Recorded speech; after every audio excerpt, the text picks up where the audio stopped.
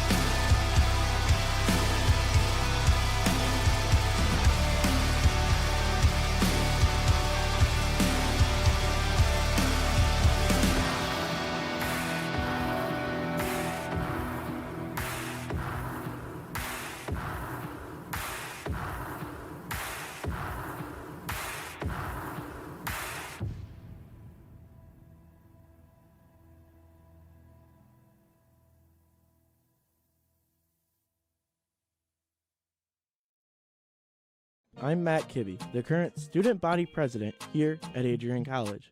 I chose AC because the campus simply feels like home. Everywhere I go, I know the amenities are there to help me succeed and get to the next level in my career. If you want to see what Adrian College has to offer, you can schedule an in-person visit at adrian.edu/campus-visit. Adrian College has dozens of athletics programs, and winning is a staple on our campus.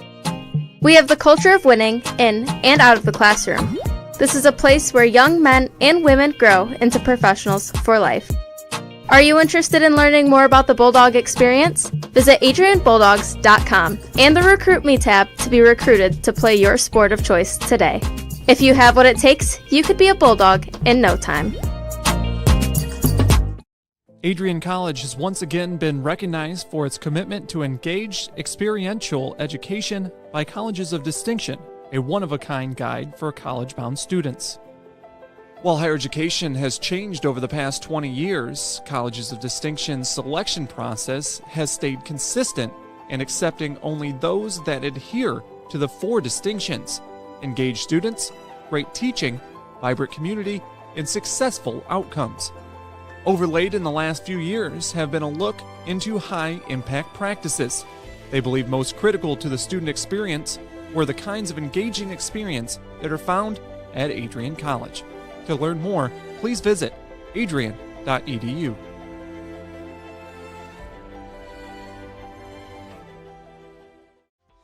Welcome to Adrian, Michigan.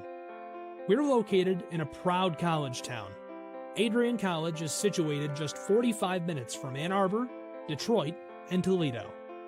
We're very excited to show you just a little bit of what AC has to offer. This is the gateway to our campus. Welcome to the place that we believe will change the rest of your life. AC features one of the most well-rounded educational experiences in the country. We offer over 60 different academic majors and 10 academic institutes, as well as dozens of student organizations. Year after year, we've been ranked as one of the nation's best colleges, including being one of the most innovative institutions in the U.S. for our medical programs. Our campus is simply beautiful.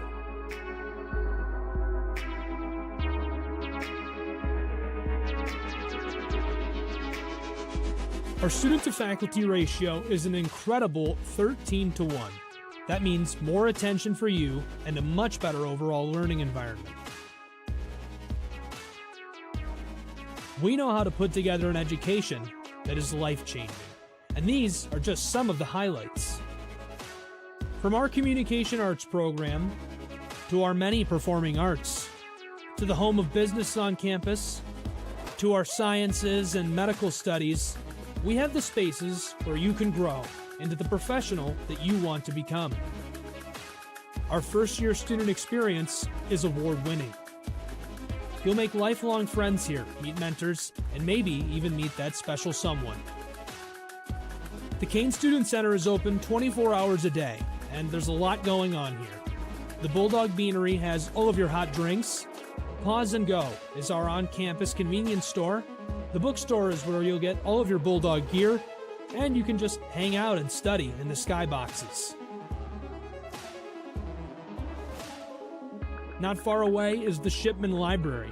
The Shipman has quiet, relaxing spaces for you to study in. You can check out books from thousands of libraries around the country, and the Shipman is open 24 hours as well for your convenience. There are hundreds of learning opportunities on campus. In addition to the arts and beautiful facilities, Adrian College is known for its athletic programs. There is nothing like a Saturday game day here in Adrian. The Bulldog football team are 11-time MIAA champions. At Docking Stadium, fans watch soccer, lacrosse, football, and more. Just a few hundred yards away, Adrian College's basketball teams compete. In addition to basketball, fans can enjoy wrestling, acro and tumbling, and volleyball here.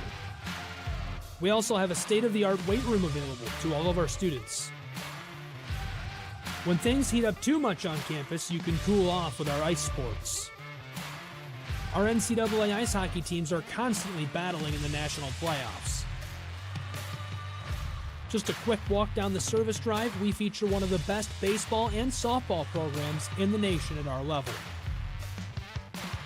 Soon you'll be able to cross the street and watch men's and women's rugby take to the pitch as well.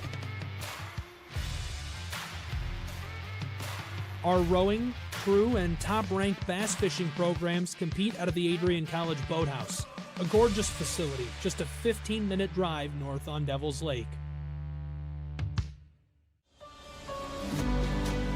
Our students know how to relax in their downtime.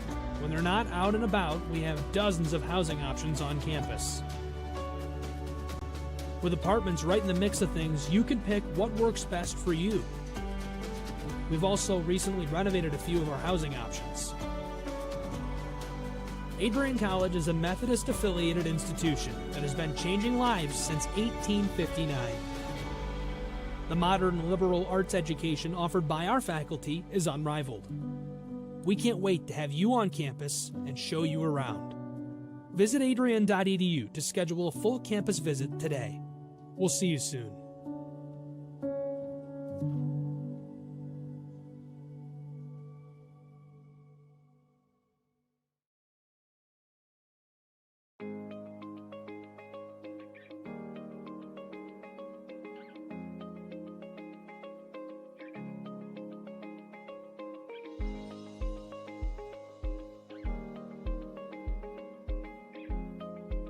What if you didn't choose to become an Adrian College Bulldog? Surely you would have carried on with your education and could potentially be graduating elsewhere. But what would you have the honor of greeting Bruiser on campus? Would you have had the privilege of working alongside faculty that know your name? Would you have had the opportunity to learn and grow in an environment that is seeking the truth and dignity in all people? Would you have had a creative learning environment that is supportive of challenging you and achieving excellence in your academics, but also your personal and professional lives? This has been Adrian College's promise to us. Just as our families have promised to love us unconditionally and support us through the many peaks and valleys of our lives, Adrian offered a similar promise to us when they realized our potential by asking us to join them. While we have been busy navigating the many what-ifs of our time, none of which we could have imagined, we have indeed found the cane that holds our ribbons of excellence at Adrian to stand strong. Strength and tradition. A tradition that carries on from graduating class to graduating class. A symbolic reminder of the leadership carrying the motto, no victory without work. The Adrian College class of 2021 can proudly proclaim that we have earned our ribbon of excellence for persevering through a pandemic because of our hard work. We have had to learn how to best navigate the many what-ifs in uncharted times. While some of the what-ifs have been answered, it is now up to each of us to embrace and navigate on our own. What if I take that job? What if I decide to continue on for postgraduate endeavors? What if I decide this? What if I decide that? No matter what, you'll be able to face your tomorrow knowing that you are a member of a pack, the Adrian College Bulldogs class of 2021. Part of the family here at Adrian College are the friends we've made. These friends have gone to games with you, shared late night tales with you, explored downtown with you, and joked around with you at Ritchie. They were in the library with you at midnight studying for the 8 a.m. exam you forgot to study for. And they're there when you cried because you failed that exam. These friends are your new family members now. You will stay in touch with them forever, even if it's just liking their Facebook post about the new puppy they just got. Parents, family, and friends, we cannot thank you enough for everything you have done for us. Thank you for the support and the opportunity for this moment to graduate from Adrian College. You have helped us reach our dreams and goals in life. Congratulations, class of 2021. We finally made it.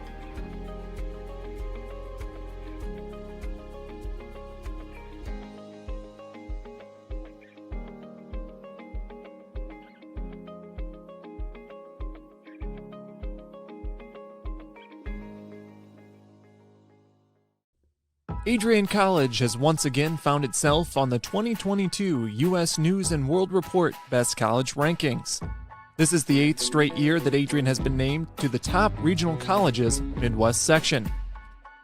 Adrian College was also named the most innovative school in the regional colleges Midwest category. In addition, Adrian received accolades in Best Value in undergraduate teaching within regional colleges Midwest. Adrian College was also named in the top first-year experiences by U.S. News & World Report. This marks the 13th consecutive year that Adrian has appeared in U.S. News & World Report. To see the full rankings, visit their website. For more information on Adrian College, visit adrian.edu.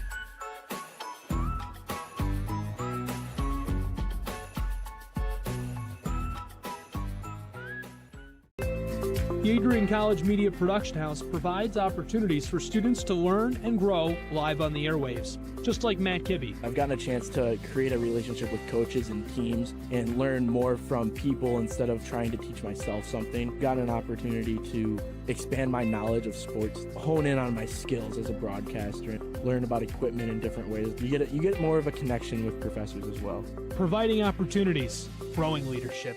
The Adrian College Media Production House. Thanks for tuning in. I'm Dejan Hughes, and I'm a senior in the class of 2021. My name is Megan Abbey. I'm from the class of 2021. Hi, my name is Caitlin Parisi, and I am the class of 2021. Wow. As far as working for ACTV, the first thing that comes to mind is honestly the community. Like, the people that I work with are amazing, all the way down from Jay at the top to the last guy that only gets to work one stream a week. It's just the energy that is around is always awesome. It's a perk that you get free access to the games, but I absolutely love it. We have a great culture here, and then I was able to work my way up to a student director position, but I get so much creative freedom. I get to work in arenas and sports and environments that I absolutely love and enjoy. ACTV has brought so many experiences and memories that I'll take with me to grad school and even beyond. It's been such a blessing to be a part of the team, and everyone's just so welcoming, and I've learned so much directing and using the camera and many other things. If you do want to get into this stuff, I say do it, and do it quickly with ACTV, because not only is it a great community, but you'll also learn a lot and be prepared for the future. I think what I'm going to miss most about ACTV that's not the free software that I get as a student would definitely be the people and the culture that we have here. Just the connections that I've made, the students that we have, just the family that we have here. I'm definitely going to miss everyone a lot. I'm going to miss everyone. I think everyone's just been so great. I love the atmosphere. It's definitely another family away from home. I think directing is going to be something I miss, but just interacting with everyone during our meetings on Tuesdays, and just the atmosphere, I think, is going to be the biggest thing. DJ, Megan, Caitlin, I know I told you this was going to be a promo about ACTV. Well, it's actually a promo about you guys.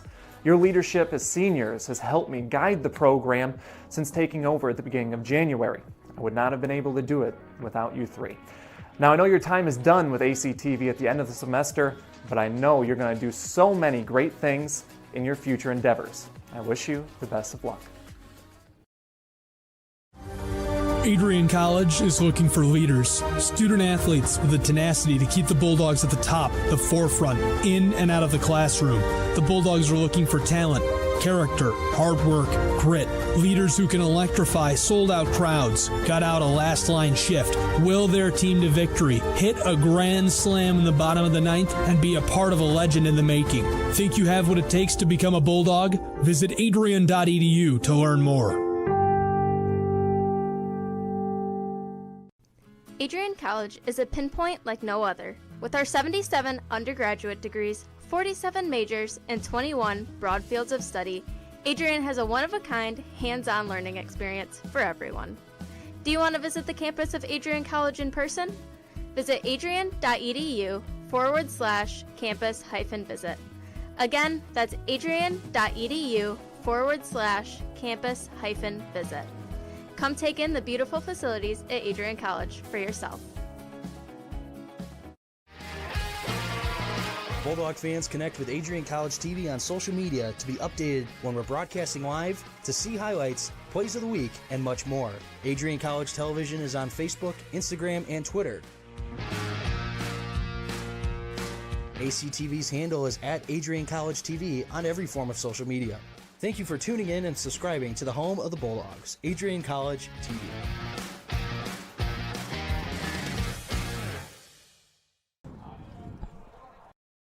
Welcome to Adrian, Michigan. We're located in a proud college town. Adrian College is situated just 45 minutes from Ann Arbor, Detroit, and Toledo. We're very excited to show you just a little bit of what AC has to offer. This is the gateway to our campus. Welcome to the place that we believe will change the rest of your life. AC features one of the most well-rounded educational experiences in the country. We offer over 60 different academic majors and 10 academic institutes, as well as dozens of student organizations. Year after year, we've been ranked as one of the nation's best colleges, including being one of the most innovative institutions in the U.S. for our medical programs. Our campus is simply beautiful.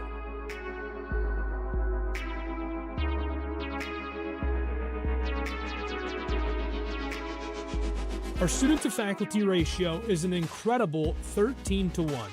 That means more attention for you and a much better overall learning environment. We know how to put together an education that is life-changing. And these are just some of the highlights.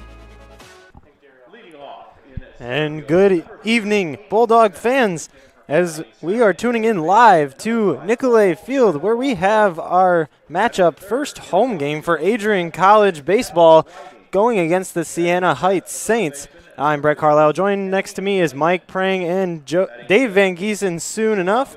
Mike, how are we doing today? Doing all right, man. How about you? Oh, not too bad. I'm excited for my first ever watching Adrian College baseball game, so this is going to be really fun. Yeah, I've never actually watched a baseball game, but Adrian coming in 5-4 on the year so far.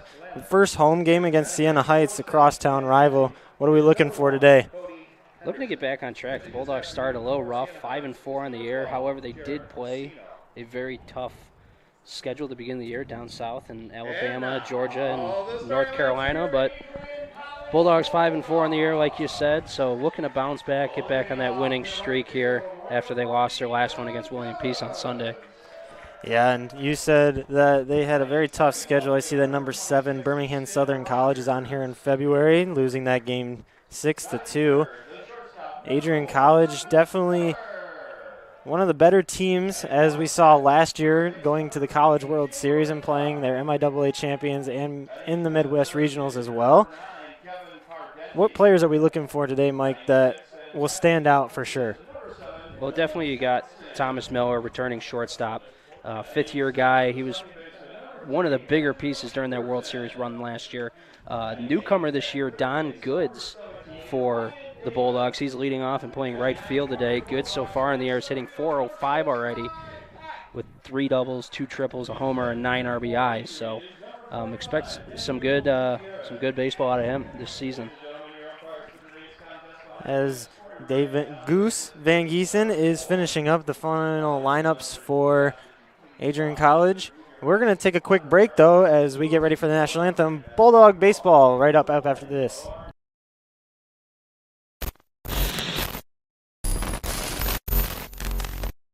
Rolled over to second. Wood is there, throws it over to first, and the Bulldogs are going to the NCAA tournament as the MIAA tournament champions. The dog pile ensues beyond the mound.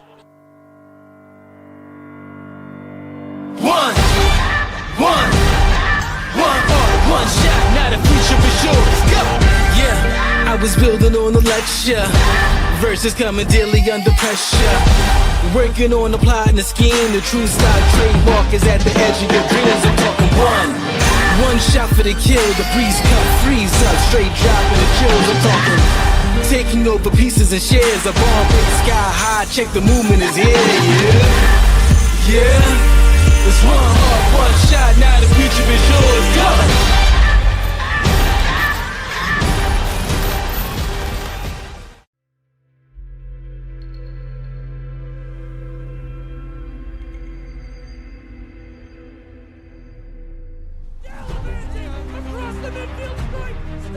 We continue to take pride and learn from Asa Mahan's leadership today.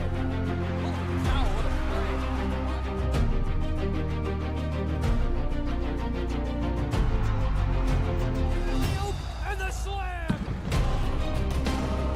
161 years of commitment to harnessing the power of creativity, ingenuity, community, and academic excellence. I believe that as you get your degree here, the world is going to feel like it's shrinking to you.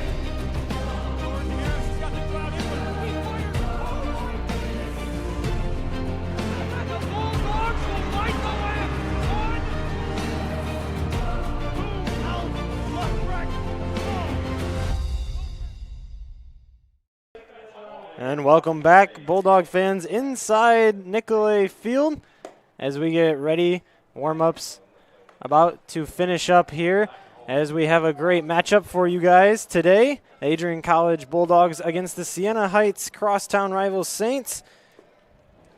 Adrian coming in. This game 5-4 as we mentioned earlier in the pregame, and Siena Heights coming in at 5-12. Mike, you're alongside me as well as Dave Van Giesen. What are we looking from Siena Heights today to try and get a victory over Adrian? Well, again, I think what we're really looking for is just on both sides of the field is just this is like the first game in the north part of the country for these teams, and just to kind of see what each team has. Of course, Adrian has lost, quite a bit of offensive punch in their lineup, and it'll be interesting to see how they attempt to replace that. Leading off, the left fielder, number 3, Hayden Smith. As we have Daniel Gutierrez about to start the first pitch here. Number 3, Hayden Smith up for Siena Heights. And first pitch is a strike for Gutierrez.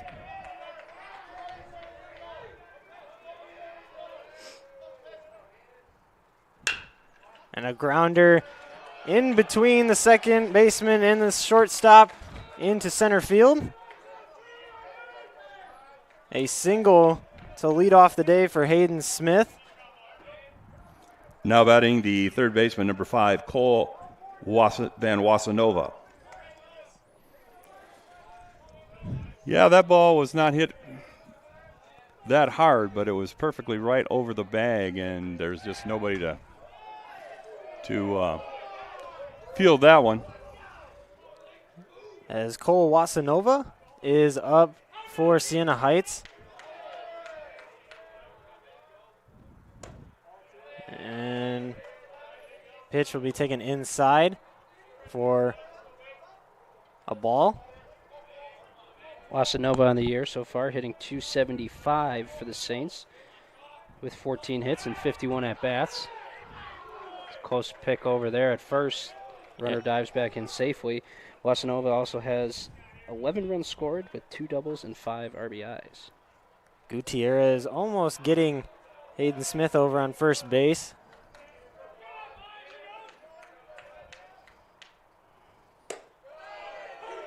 Pitch right down the center for Gutierrez, and that's 1 ball, 1 strike for Wasanova. Gutierrez in his 3rd start this season. He's had 2 so far. Struggled in both of them, only going 2 innings apiece. ERA of 9.0 on the year. Opponents hitting .250 off him so far. As that beautiful pitch drops in for a strike.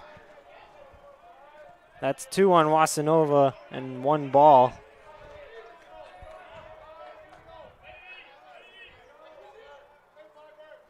Gutierrez winds up, and ball will be outside for ball 2.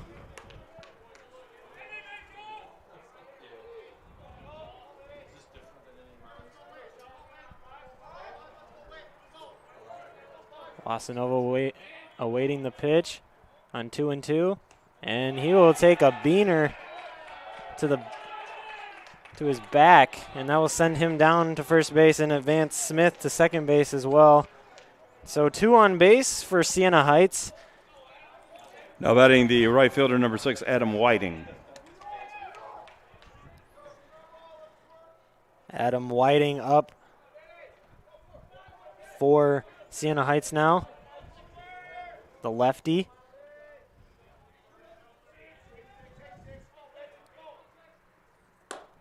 And ball outside. Whiting on the year, batting .250. 9 hits and 36 at-bats during 10 games this season. Scored 6 times, 4 RBIs, a double, 6 walks, and 8 strikeouts so far. As that ball will be hit and up and out of the stadium for a foul ball. Whiting awaiting the 1-1. from Gutierrez.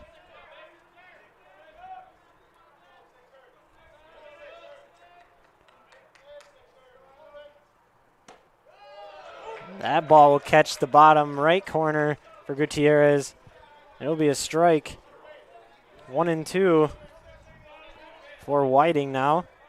That was a real good pitch right there. He got just that outside corner, and after hitting the last batter, I think that's probably where he really wants to work this left-hander. And work it indeed as the ball is driven down the third base line, and that will send a Siena Heights player into home, and Siena Heights will be on the board first. It's 1-0 Saints. While advancing another player to third, and Whiting stays on first base. Now batting the first baseman, number 15, Kenny Lehman. That was a good piece of hitting by Whiting there, as he saw the 1-1 pitch was the fastball call for a strike on the outside corner. Had him looking. He's expecting that one again, and he did exactly what he needed to do with it, take that outside pitch the other way. Kenny Lehman now, as we just heard, is up to bat.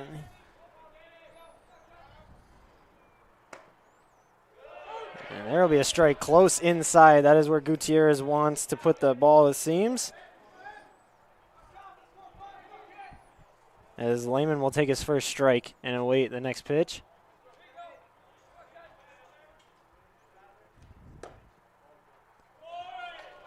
And that pitch will just barely be inside for a ball. 1-1.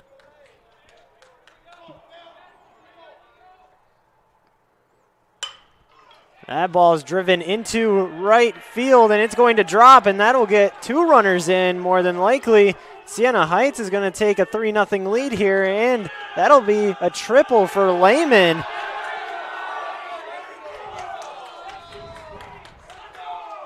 It's 3-0 Siena Heights early here in Nicolay Field. Now batting the left fielder, number 23, Chris Winkleman. Well, right now, Siena Heights is hitting them where they ain't, right? You know, they had kind of a dribbler through the middle for the first hit, and then they got one just past the third baseman. And now just out of the reach of the converging outfielders for the Bulldogs. So, again, it's not like Gutierrez is giving up line shots, but they're all finding a spot out there, and that has led to Siena's 3-0 lead. And there will be a grounder. It will be right to Gutierrez, who gets the first out for Adrian. That was a much-needed out for the Bulldogs. Now batting the second baseman, number 2, Parker Mabe. Nice job by Gutierrez there with the runner on third. First look, when you get the ball, you need to look that runner back. Make sure he's not advancing home, because you don't worry about him. You just throw over to first. He's definitely going to take off, and it could have been a 4-0 game, but nice job there looking him back before going over. Especially on a ground ball like that one was, that took him off towards the first base side of the bag, so his back was to the runner at third. So, you know, good job of gathering himself and having the poise to looking back and then get the out. 2 balls for Gutierrez as they both catch the outside on the other side of the batter's box. It's a 2-0 count as Lehman is on third for Siena Heights with 1 out. And that ball will catch the inside, and that'll be a 3-0 count.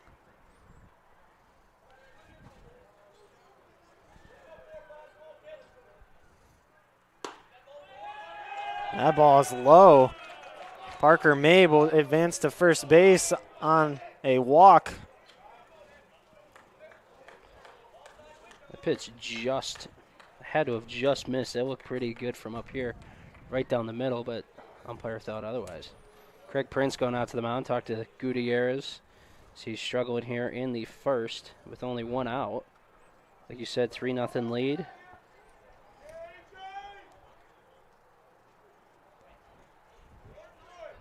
It is early. Yeah, if I'm the Bulldogs, I'm not too worried because first game of the year they put up 10, second game 7. Their game against Piedmont they put up 16 and 7 again, then another 16, 9 and 14. So they've definitely been scoring on the offensive end. We've just got to figure out the pitching a bit, but that normally comes when you're a northern team. Better shortstop number 28, Brad South. It's hard to get those games in up here early in the season. Well, another thing, too, that we might want to mention, Mike, is the fact that this is a single game, therefore 9 innings instead of 7.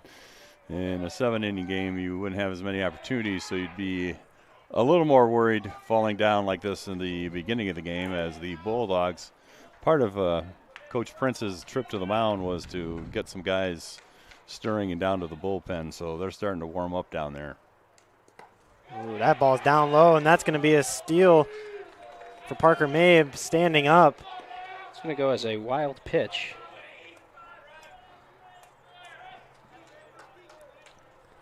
Ball down, and I guess you can say the dirt, even though everything here at Nicolay Field is turf. Good job by Dylan Johnson, though, to block that ball and keep that runner at third base, which is all you really can do on a ball like that. Nice easy grounder, and they will get the out at home.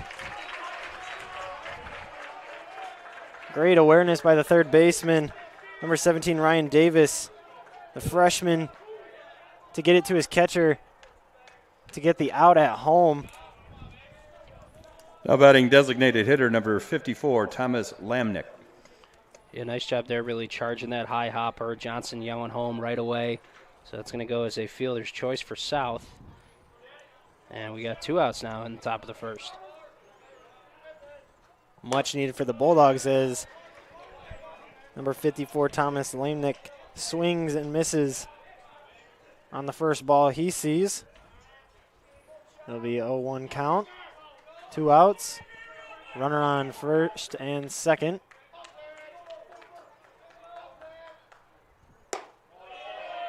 And that ball is going to be a little bit high.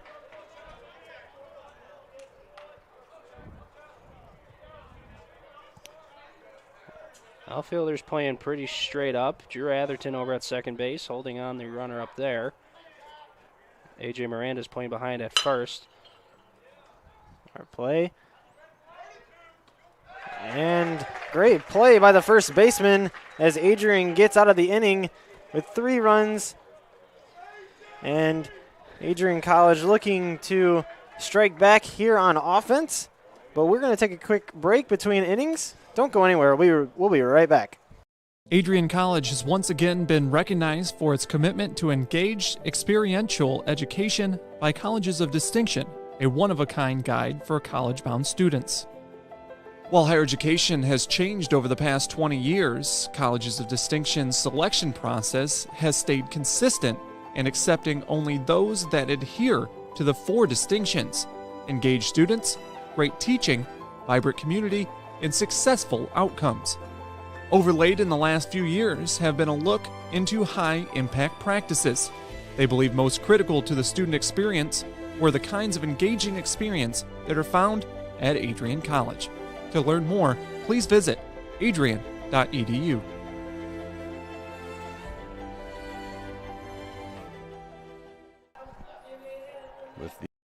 Adrian College has once again found itself on the 2022 U.S. News & World Report Best College Rankings. This is the 8th straight year that Adrian has been named to the top regional colleges Midwest section. Adrian College was also named the most innovative school in the regional colleges Midwest category. In addition, Adrian received accolades in Best Value in undergraduate teaching within regional colleges Midwest. Adrian College was also named in the top first-year experiences by U.S. News & World Report. This marks the 13th consecutive year that Adrian has appeared in U.S. News & World Report. To see the full rankings, visit their website. For more information on Adrian College, visit adrian.edu.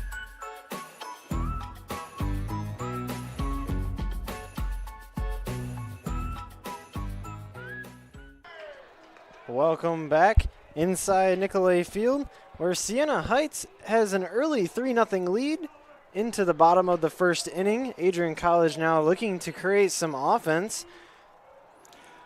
Leading off for the Bulldogs in the bottom of the first is right fielder number 14, Don Goods. As Adrian Don Goods will be the leadoff hitter here in the bottom of the first, and he's going to drill it right out to center field, way back, but it will be caught for the first out of the inning. It was a pretty solid approach by Goods, though. Expecting the fastball first pitch. Just going to find a barrel, put it on. Unfortunately, Smith out in center was there to make the play. Now batting the left fielder, number 26, Easton Rogers. Yeah, that's what I meant about the first inning, you know. That's the best hit ball of the day, but it results in an out because it was right at the center fielder at the base of the wall out there. As Easton Rogers takes his first ball, it'll be a strike. And he will drill one up just past the shortstop, and it'll be a base hit for Rogers. That looked more like what the Saints were getting in the top of the inning. Dribbler not hit hard, but the shortstop just couldn't get there. Now batting the shortstop, number 4, Thomas Miller. Yeah, back to Rogers. He's had a pretty solid year to start. 343. He's hit 2 home runs already this year. That brings up Miller, though. Miller batting 351 on the year. 9 starts of the season. Leads the team in RBIs with 13.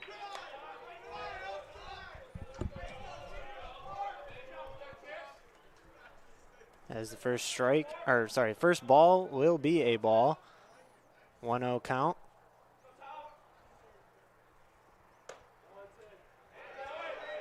Ball inside.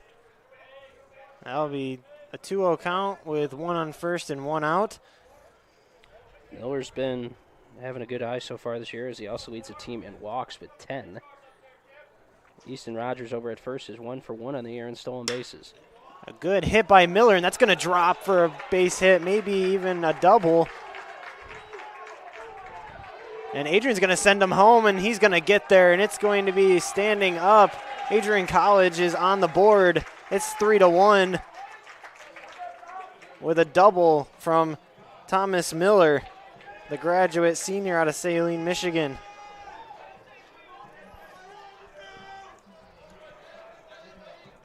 Now batting first baseman, number 30, A.J. Miranda. And that's one of the things I talked about in the top of the first is, you know, the Bulldogs are going to hit. So those 3 runs in the top of the first are not ideal for Adrian, giving up those 3 runs, but they're definitely going to get them back as we have a runner again in scoring position here with 1 out.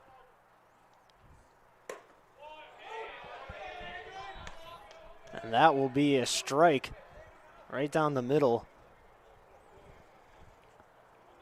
Miranda's had a solid start to his year, batting .317, leading the team in homers with 3. To go tied with Miller with 13 RBIs. Curveball drops in for an 0-2 count. 1 out and 1 on second in scoring position.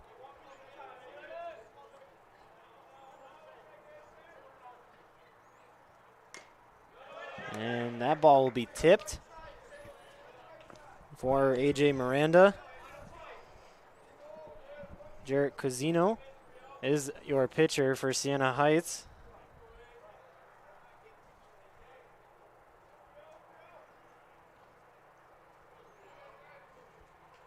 Has had a solid inning so far.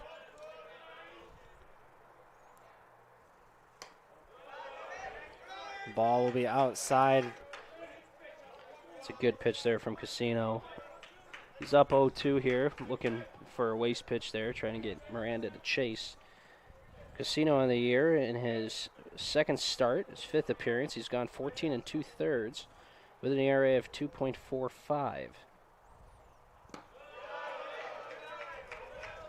Ball is down And the count will be 2-2. 1 out, 1 on second for Miranda. As he looks to get that player on second in.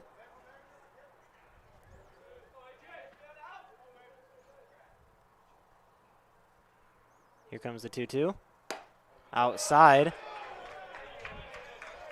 Full count now for Miranda. Nice job here, battling back for Miranda after going down 0-2.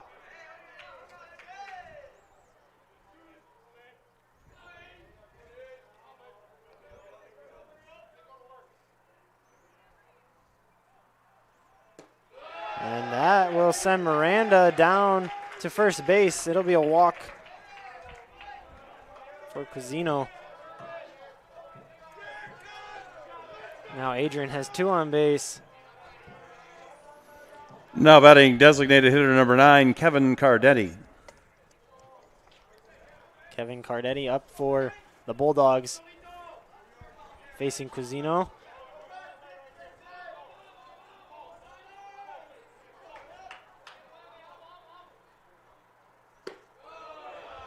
Ball will be low.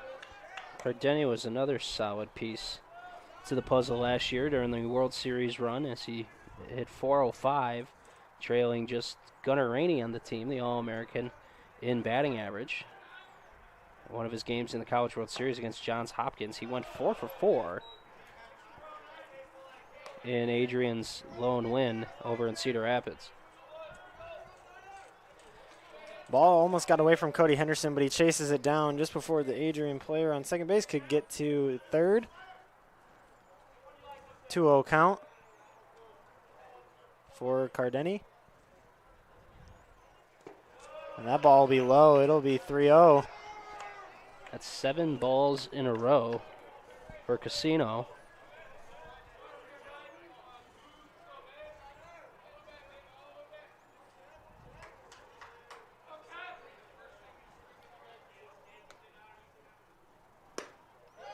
And that ball will miss as well, and it's going to be 8 straight balls for Casino, and that will make the bases loaded for number 7, Dylan Johnson. Now batting the catcher number 7, Dylan Johnson. Johnson on the air batting .333 in 8 games with 8 starts, 12 hits, a double, a triple, and 2 RBIs so far this season.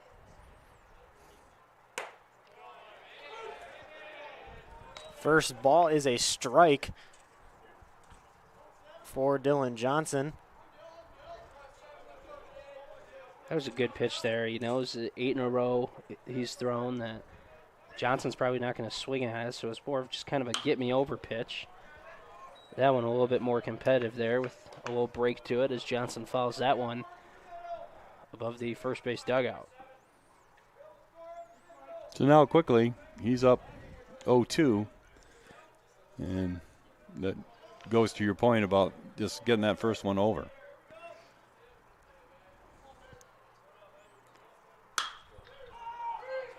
And it'll be a pop-up for Johnson. And it'll be out. It's going to get the job done, though. A sac fly for Dylan Johnson. That scores Thomas Miller. It's a 3-2 game. Yeah, Thomas Miller tagged up at third and got in for the run. It's going to be 3-2 Adrian, like you said, with 2 outs.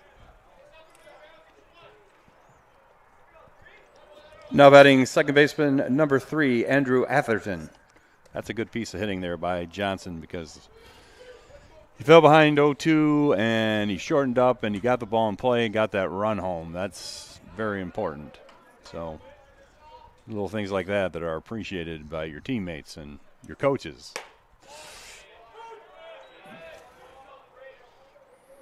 Atherton standing in, the right-hander, and he'd sure like to get that tying run in here before the inning comes to an end.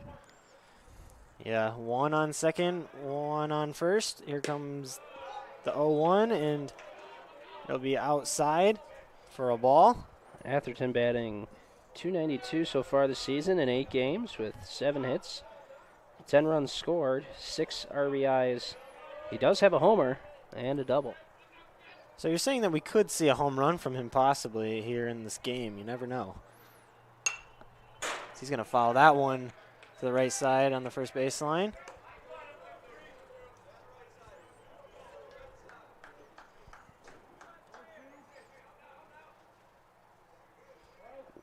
Breeze blowing out to right field today.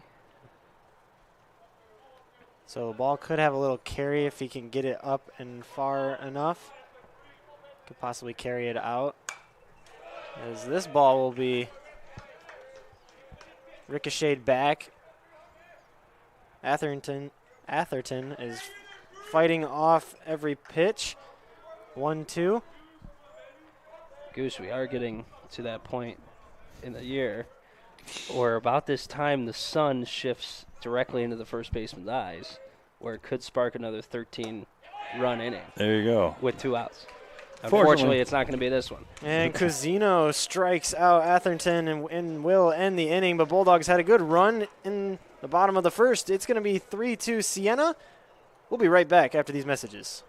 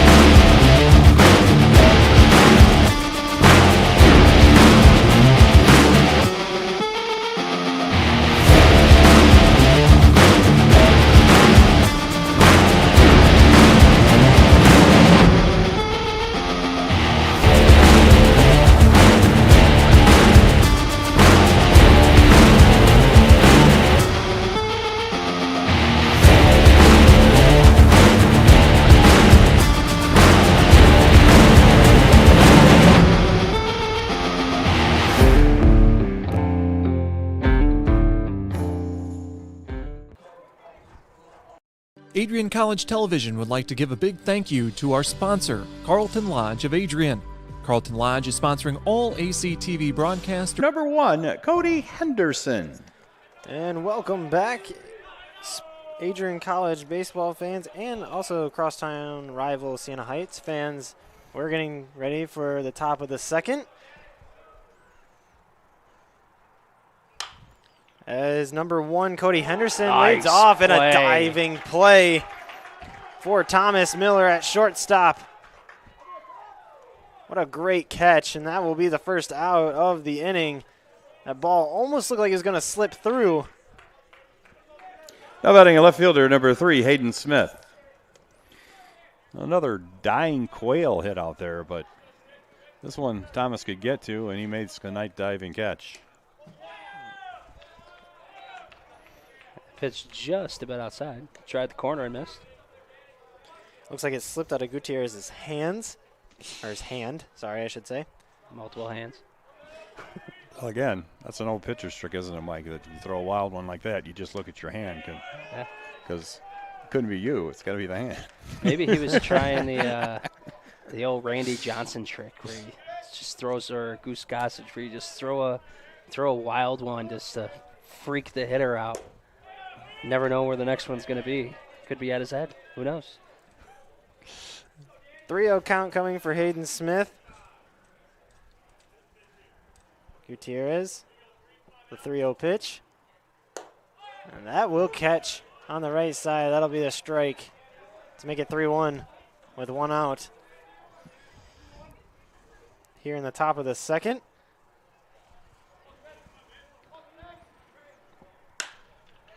And that ball will be fouled off to the left side by the third base dugout. Full count coming up for Smith.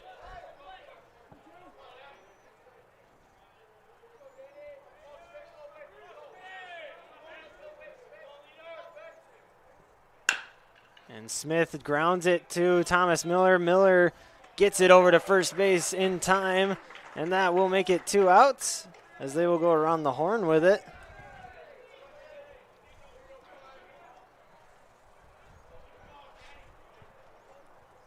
Now batting, the third baseman, number 5, Cole Van Wasanova. Much better throw from Miller this time compared to the third out of last inning where he skipped it into Miranda about 6 feet short. Wasanova showing bunt, and he fouls it off. It'll be 0-1 count. But I can tell you, that is a play that the Bulldogs practice with this artificial turf of throwing the ball to kind of a spot and having it bounce to the first baseman. This is a bounding ball to third. Should be the inning, and it is. Great play by the third baseman, as Adrian will get out of that inning with no runs. To the bottom of the second we go. We'll be right back after this.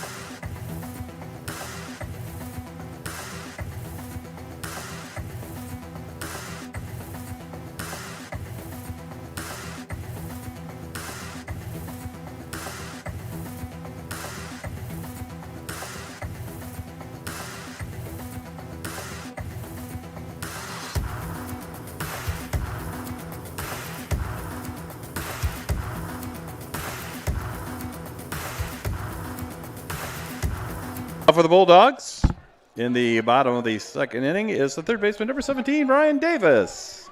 And welcome back inside Nicolay Field. Ryan Davis leading off this inning, and that ball drops into the bullpen on the third base sideline for a foul ball. Watch out to all the pitchers over there. That's 2 innings in a row where the Adrian leadoff hitter has just jumped on the first pitch and ripped it. So far, it has not been that beneficial to the Bulldogs with a line out to center and now a foul ball, but it's obvious that they want to jump on that first pitch. 1-1 is outside. It'll make it 2 balls and 1 strike for Ryan Davis. And that ball will be fouled back behind home plate. It'll make it 2-2.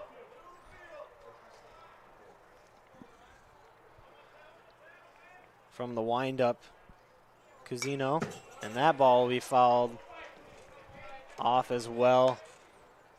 Still 2 balls, 2 strikes for Davis, the freshman from Hebron, Ohio. That ball almost hit Davis in the back, but just goes around him, and that will be a wild pitch. 3-2. Goose, what do you think? Pitch inside? Is it technically an inside pitch? Off to the right. Use that button we use for football. One guy kicks it wide. Davis trots down to first base with a walk to lead off the inning. And Ty Peck is going to be here coming up. Now batting the center fielder, number 6, Ty Peck. And Peck, with great speed, at some point during his at-bat might be bunting, but having seen as many balls as we did here to Davis, you may be waiting to make him throw a strike, which he does. Peck's one of those people where if he gets on first and the base is open ahead of him, he's going to end up on that base because he's taken off. First pitch for Cusino's a strike, and Peck will get beamed on his arm as he was going to check swing, and he will head down to first base and then advance Davis to second. Yeah, he didn't want to do that, and you're right, Mike. Peck's the kind of hitter that makes third basemen very nervous. Now batting the right fielder, number 14, Don Goods. Because he could bunt. He could also line it right at your teeth. And, you know, you got to play close. And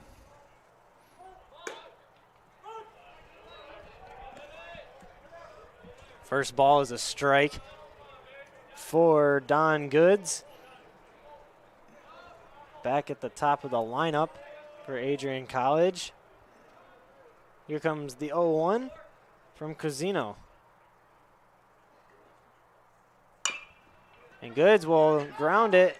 This could turn double play, but it won't get there in time. They only get the out at second base. It's going to be a fielder's choice for Goods as Davis advances to third. Runners at the corners. now batting left fielder, number 26, Easton Rogers. Easton Rogers up to bat now.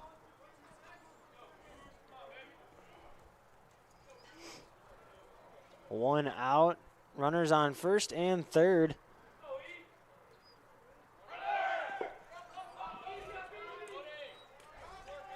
As Goods will steal second. Kind of a easy steal. As there's a runner on third, so it's kind of a no-brainer. Now Bulldogs have two in scoring position. Yeah, we're going to give him a stolen base on that one. He went right on Casino's first move. So regardless where that pitch was, I think he was going to grab that bag. I'll tell you, Casino has a, we'll be kind, deliberate delivery when he has runners on base.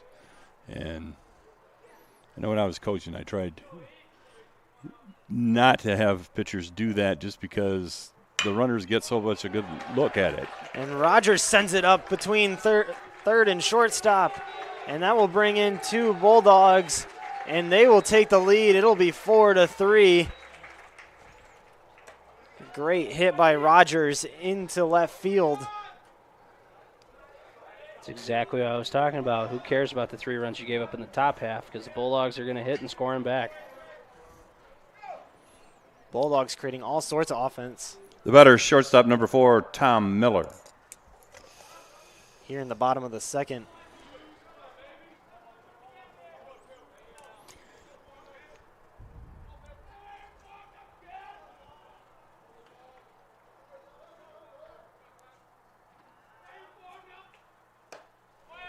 Thomas Miller swings and misses for the first strike of his at-bat. They get change up there.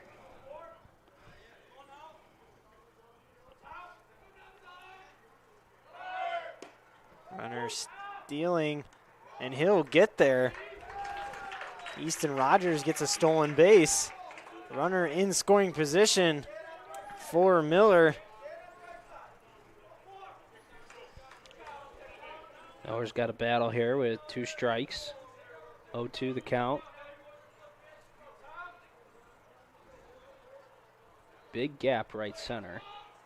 Miller went for a left center 2 RBI double, or excuse me, just 1 RBI double his last at bat. And Quasino is trying to make that ball fall down into the plate, but can't quite get it. He's been throwing it high every time. Here comes the 1-2. Ball will be popped up. Easy play for the first baseman, as that was Kenny Lehman. Getting the second out of the inning here for the Saints. Bulldogs up 4-3, runner on second. Now batting first baseman number 30, A.J. Miranda. Does A.J. Miranda coming up to bat. More Major League Baseball signings today. Zach Greinke signed with the Kansas City Royals. Wow. That's actually surprising. Considering the poor record of the Royals. very poor record. Ball down and going to try and steal. And he will be out. Easton Rogers got a little eager on that wild pitch by Cuisino, and it cost him. That'll be the end of the second inning. Top of the third coming up here on ACTV. College Television has the pleasure of airing all Adrian College football games this 2021 football season.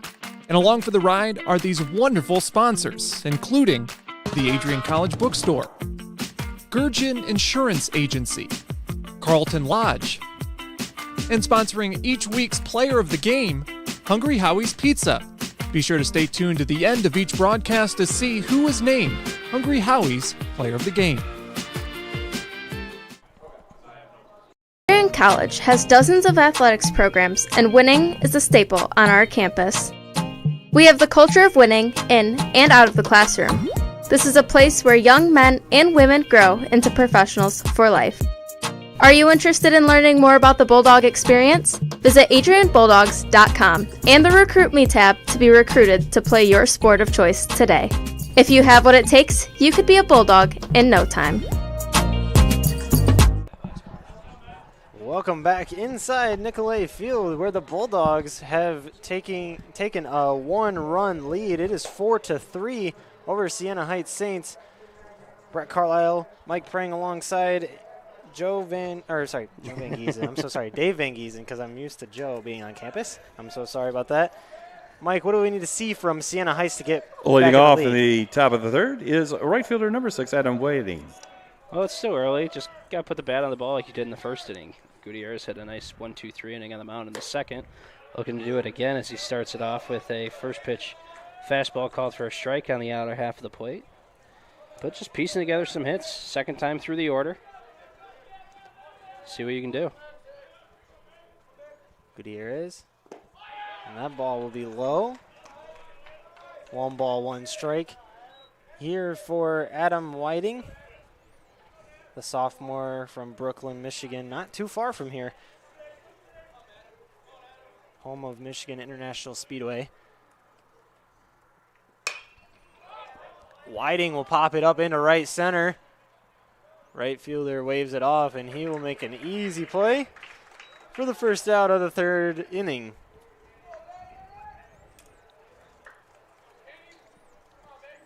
Now batting, first baseman number 15, Kenny Lehman. Lehman back up against Gutierrez. Looking to get something going for the Saints. And that ball will catch the inside of the plate for a strike for Lehman's first pitch at bat in the third inning. Lehman knocks it down into right field, and that will be a single for him. It's another floating single for the Saints. Another dead duck. Now batting left fielder number 23, Chris Winkleman. It's like Gutierrez kind of jammed him in on the handle, but just able to get around and in time to find the open hole. Well, and Lehman, to be honest with you, this game so far off Gutierrez, he's hit the only really hard hit ball. And so, having got that triple, the outfielders moved back a little bit, and so he just dumped it into right field. So, he's a guy that can hit to the opposite field, and it's got him halfway to the cycle.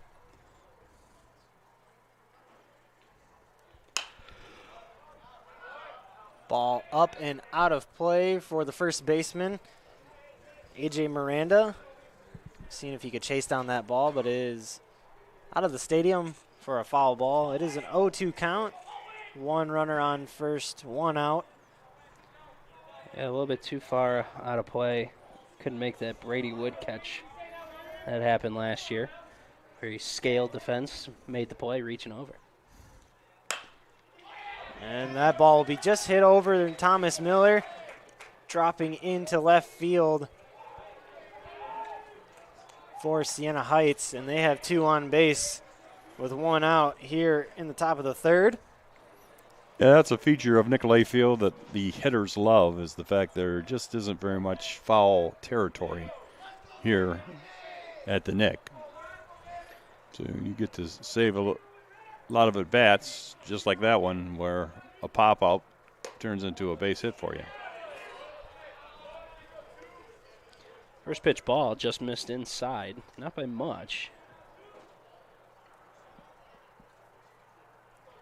Runners on first and second here, 1 out, top 3. Ball will be outside for Gutierrez. It is 2-0 count for Parker Mabe.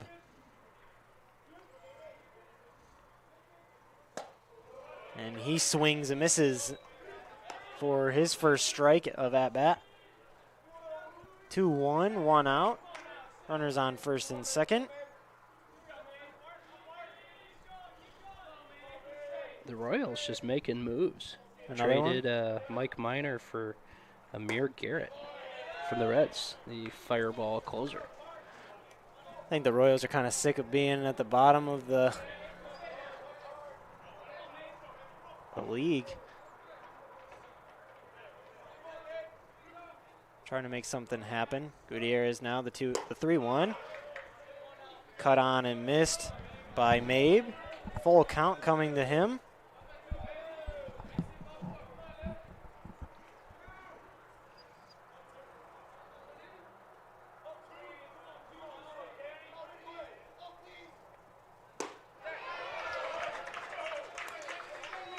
Nice pitch there for strike 3. Just going to challenge him. Throw the fastball right down the middle, see what he can do, unfortunately.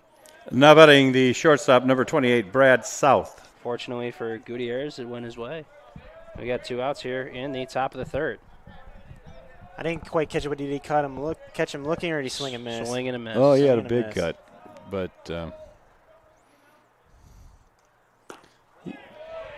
he was kind of behind every pitch that he saw in that at-bat, so good call there by the Bulldogs to just keep pumping fastballs at him. Here comes the 1-0 for Gutierrez. And that will be high, making it 2-0. Runners on first and second for Siena with 2 outs here in the top of the 3rd.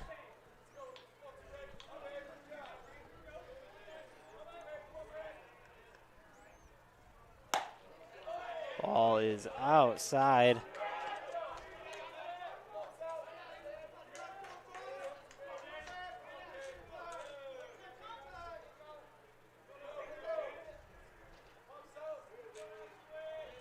Brad South. That will be ball 4, making the bases loaded up for their DH.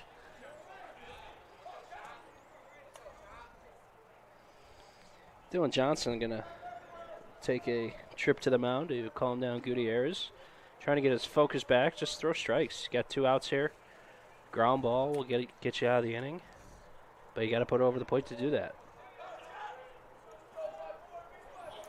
Now batting designated hitter number 54, Thomas Lamnick.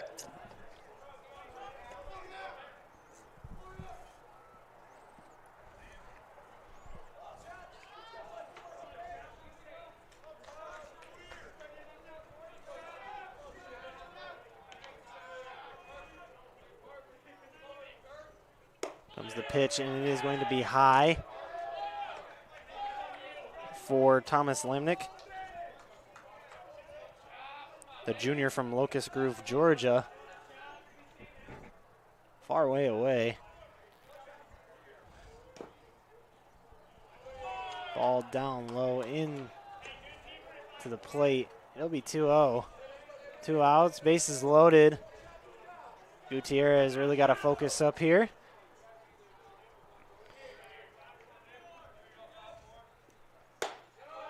That will catch the inside for a strike. It is 2-1. Say, Georgia's a long way away. We got 7 guys on our roster from Florida and 1 from California. That's true. 3-day trip driving from California. Siena has a kid from Anchorage, Alaska. I want to visit Alaska. That'd be sweet. I'll give you a hint. You want to do it during the summer. No, I think I go there where it's no daylight for 24 hours. That'd be great. Gutierrez here, 3-1. That will make it full count with 2 outs. Runners going on anything.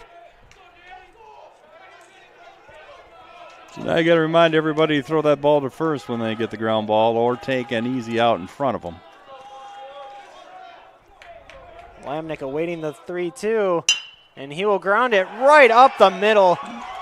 It doesn't get any better than that for him. 2 runs will score for the Saints, and they will take the lead back 5-4 with 2 outs.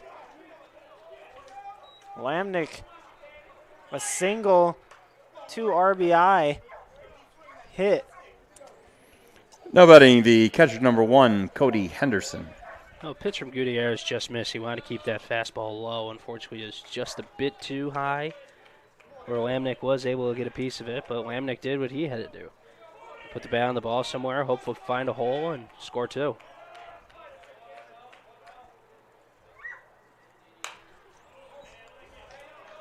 Ball is fouled up and to the right for Henderson. 0-1 to start off his at-bat.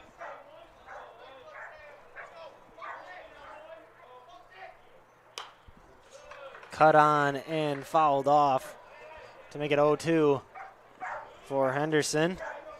Henderson really laid on that pitch there. Let's see what Gutierrez does if he tries to blow one by him.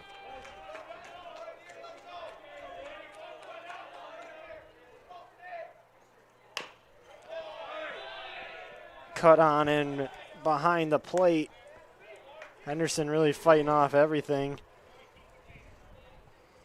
for the Saints. Runners on first and third. Gutierrez, the 0-2. And that is cut infield grounder, and it will be played on by the third baseman and over to first, and that will do it for the top of the third. Siena Heights leads 5-4. Don't go anywhere. More baseball coming up here.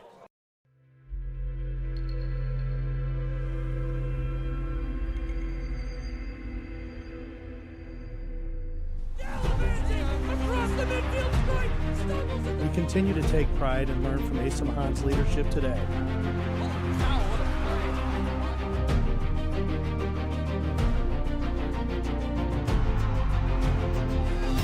And the slam!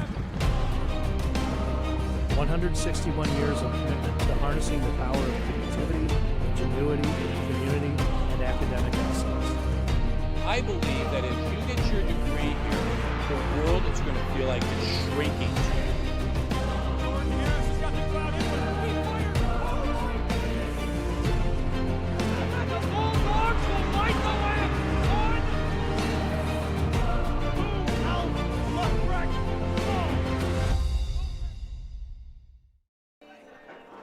And welcome back inside Nicolay Field, home of the Adrian College Bulldogs baseball team. Many baseball teams, actually. As Siena Heights Saints took a 5-4 lead in the top of the third. And it looks like we'll have a pitching change for Siena Heights as well. Who we got out there? I believe it's number 11, Zach Bloom. Ladies and gentlemen, your attention, please. Now pitching for Siena is number 11, Zach Bloom. Bloom in place of Jarrett Casino. Siena Heights looking. Leading off for the Bulldogs is first baseman number 30, AJ Miranda. Siena Heights looking for a new look. Well, this is kind of what you expect from midweek baseball. Lots of pitchers getting an inning or two of work to sharpen up for the weekends and league play. And also, because of that, you tend to see a lot of hitting, a lot of offense, and that's what we got here at 5-4. That ball will just catch the outside for Miranda.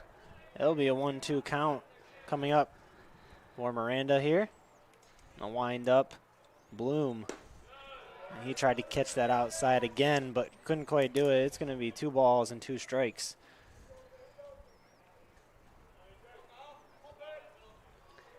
What do you think, Goose? Is the sun low enough for the first baseman?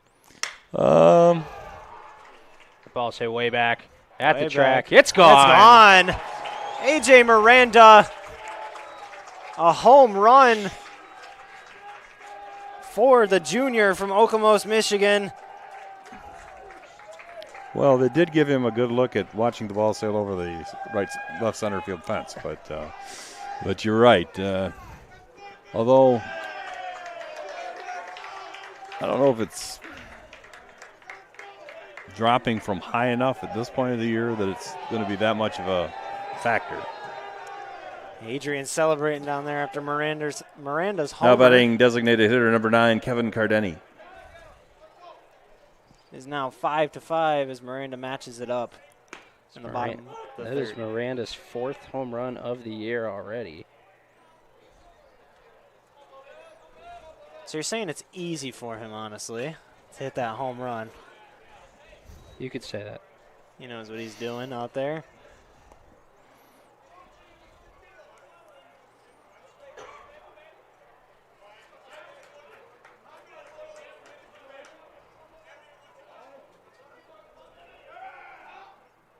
Here comes the 0-2 from Bloom. And that will be way outside in the other batter box for Kevin Cardeni.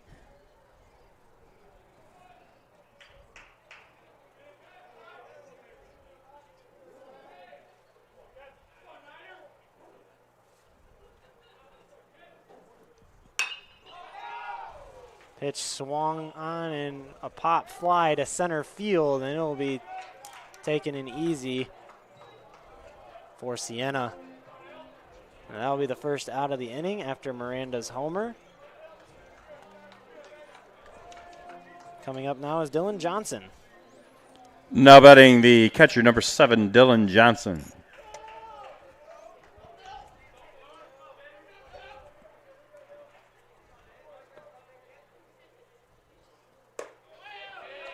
His first pitch that he looks at is a strike from Bloom. The 0-1. Cut on, and it'll be a little floater to the first baseman for the second out of the inning.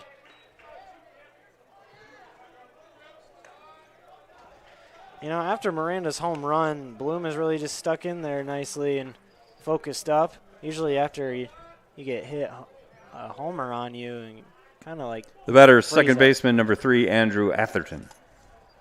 kind of freeze up a little bit, usually. Well, I think he was glad to see that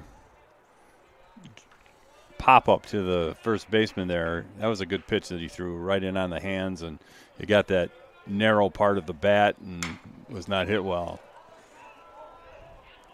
Hit on to left center, and the center fielder will easily take that in to make it 3 outs. But Adrian College didn't go empty-handed in the bottom of the third. A homer by Miranda. 5-5 is our score. Don't go anywhere.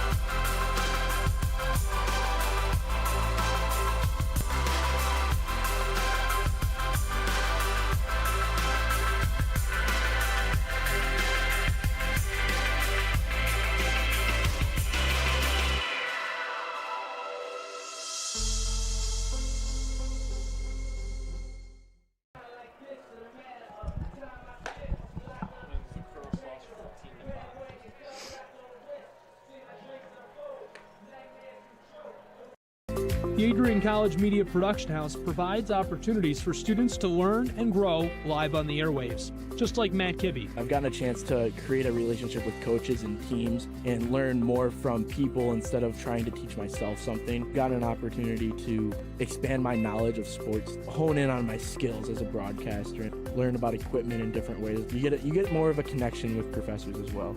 Providing opportunities, growing leadership.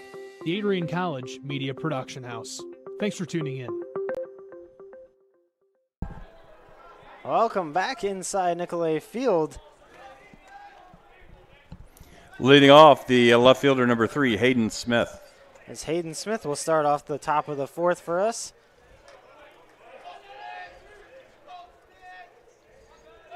Comes the first pitch from Gutierrez of the inning, and it will be fouled off by Smith. The 0-1 coming up here. Smith on the day, 1 for 2. With a run scored.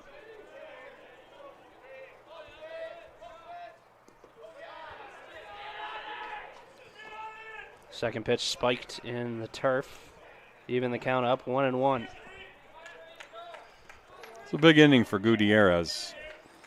You can get him out there. You can earn a 5th inning and get a chance for a victory. But I'm thinking he's at the point where his leash will be short should some runners get on. Have an arm loosening up in the bullpen for the Bulldogs. Ball down low for a 2-2 count.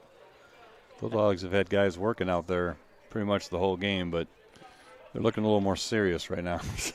Just play and catch, though. No catcher out there yet to start throwing pitches. So. Gutierrez is really shaped up here through a couple innings. Throws a ball to make it full count for Hayden Smith, the lefty. This is a big pitch for him. You do not want to walk the leadoff man. And that he will do. Walk Hayden Smith. He will get on first base. Now batting, third baseman number 5, Cole Van Wassenova. Van Wassenova coming up with a runner on first. Looking to make something happen. As he shows bunt, but pulls it away just in time as it was down low. It'll be 1 ball, 0 strikes, and 0 outs here in the top of the 4th.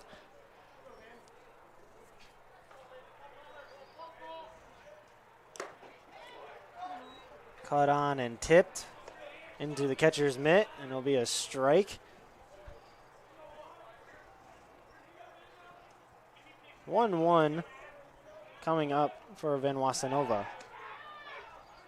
As Gutierrez has been trying that all day, throwing over to first, and he won't get Hayden Smith. He's a little quick as he is an outfielder. Gutierrez so far 70 pitches already, 49 of them strikes.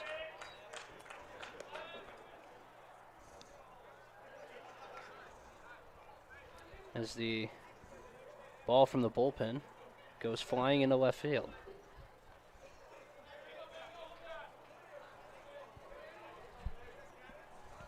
Here comes the 2-1 from Gutierrez.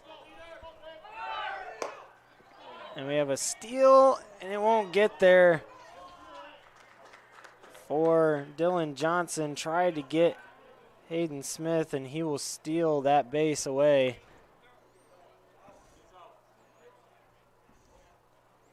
We're going to get interference by the batter, so the batter is going to be called out, and the runner is going to go back to first base. So that's a break for the Bulldogs there. Instead of having a guy at second with no out, he's back at first, and there's 1 down.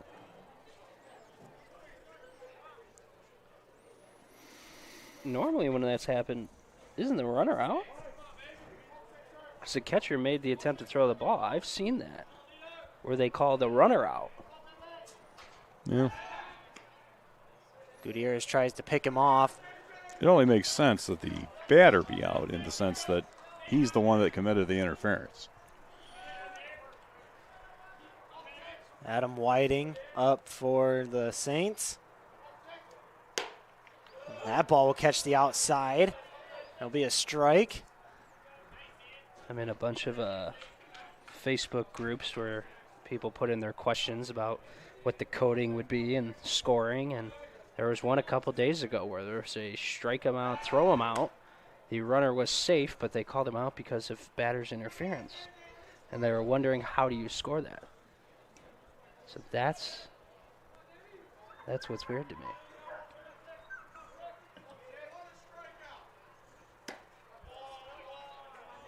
Ball outside for Gutierrez. The 1-1 to Adam Whiting. Sophomore from Brooklyn, Michigan.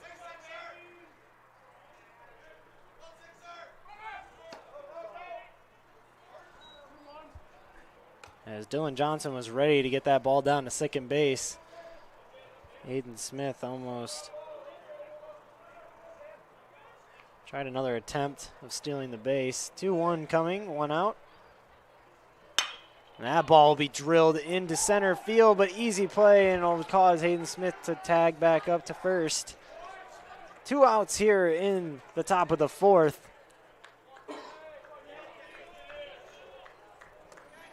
Now batting first baseman number 15, Kenny Lehman.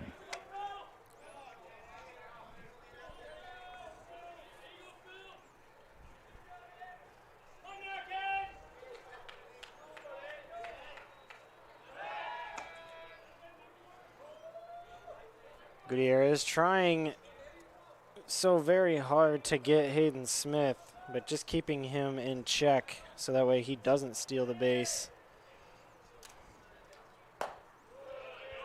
That ball will catch on the outside corner for a strike. We have seen quite a bit of pickoff moves from Gutierrez today. And he hasn't got anybody, but he's got a good move. I mean, kind of reminiscent of the pickoff masters, as there's a fly ball to Peck in center field. He's getting on his horse, and he'll run it down to end the inning. But the pickoff masters for the Bulldogs, Tommy Parsons and Pierce Banks, you know, that's kind of a point of pride for the Bulldogs. So we are through 3.5. Our score is 5-5, and we'll be back with more baseball after we pause for this. Adrian College is looking for leaders, student athletes with the tenacity to keep the Bulldogs at the top, the forefront, in and out of the classroom. The Bulldogs are looking for talent, character, hard work, grit, leaders who can electrify sold-out crowds, gut out a last-line shift, will their team to victory, hit a grand slam in the bottom of the ninth, and be a part of a legend in the making. Think you have what it takes to become a Bulldog? Visit adrian.edu to learn more.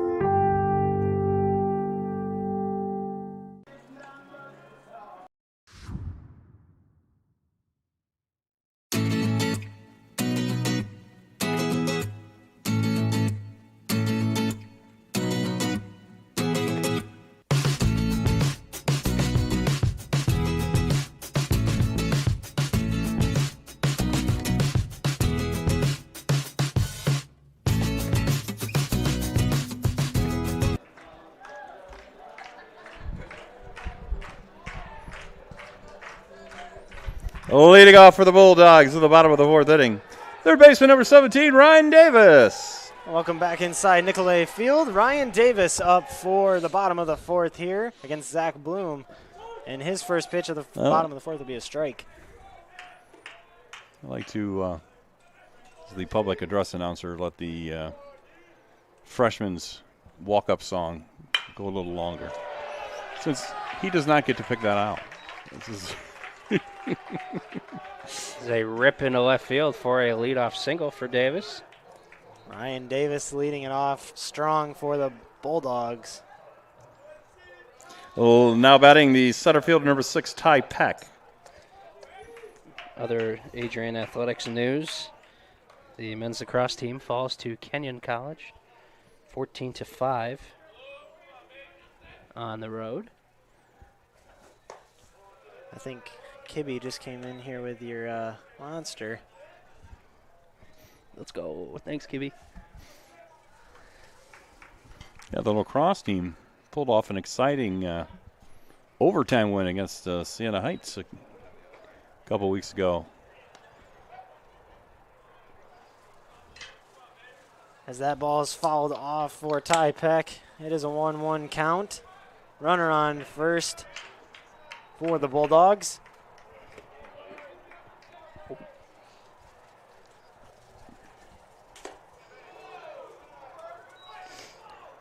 Again, Mike, we're in that same situation. Our friend Van Wasanova down there at third is like, where do you play Ty Peck? He could bunt, he could hit a line drive. He has great speed, so you've got to play in a little bit. You're going to get him even on a slow bounder. So this puts him in kind of a perilous situation. Hey, he's playing a little back over there at third. A little off the line. Peck swinging, though, as he fouls one that. Fouls that one. At the pavilion. Over by the pavilion. What do you know there, Swiss roll? That's Yeah, Kibbe brought me a ho-ho. It's kind of upsetting that I didn't get a ho-ho, but oh well. Just kidding. 2-2 count for Ty Peck. And he will get beamed up in the upper left shoulder by Zach Bloom. That's twice today now. For Peck. I don't think the pitchers really like Ty Peck, I'm guessing. Well, I'd prefer him at the plate than on base because he's fast. Now batting the right fielder, number 14, Don Goods. Because with Goods here, if he hits a ball into the gap, obviously the run on second will most likely score. And with Peck's speed over at first, he might be able to score on a single from Goods. Yeah, Ty Peck will catch up to the second base or the second runner. There it is. And here they go. And here comes Ty Peck rounding second, rounding third. Will he get there? No, he's going to stay at third base. But one run will score for the Bulldogs. It's going to be a 6-5 lead now in the bottom of the fourth. Adrian has scored every inning so far now. Coach Klotz, coaching third, just had to prove me wrong. He really as did. He was holding up Peck at third. Well, I think with maybe 2 outs, you'd have seen him try it. But with nobody out and the 2, 3, 4 hitters coming up, Coach Klotz wisely held him there at third base in the hopes of getting a big inning and putting some space between the Bulldogs and the Saints here. Rogers grounder to third as Peck will stay at third. And that is a first out. Nice play by Cole Van Wasanova over at third base. Now batting the shortstop, number 4, Thomas Miller.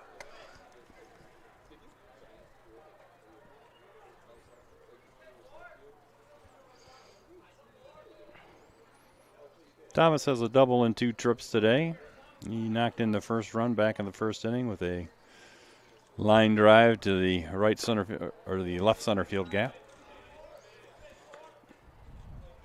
That ball will be down low for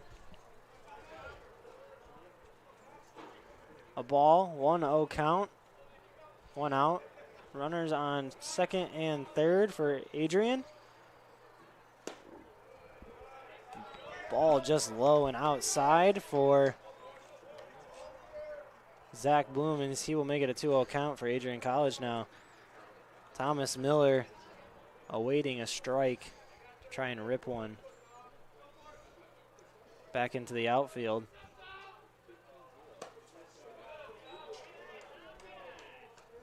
It's a 3-0 count now for Zach Bloom. Really don't want to put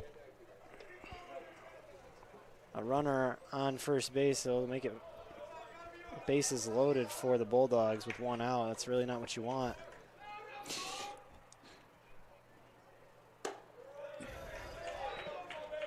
And that will miss.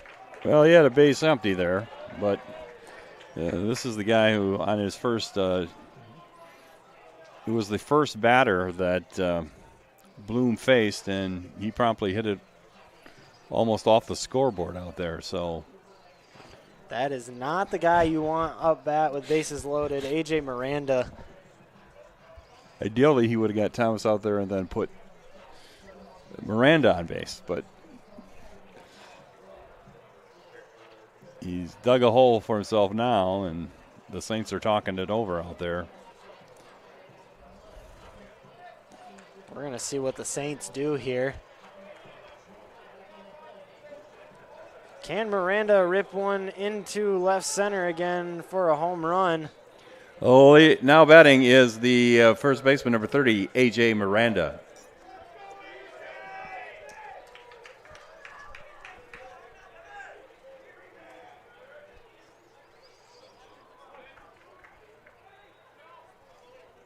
Miranda awaits his first pitch. Bases loaded, one out. That ball is promptly down the middle for a strike. That was a good off-speed pitch there from Bloom, especially after the last one he threw to Miranda ended up around the scoreboard on the other side of the wall. But a nice breaking ball to start the at-bat. That ball will be down, and here comes Ty Peck with that speed, and he will get home off a wild pitch from Zach Bloom. Adrian up 7-5 now.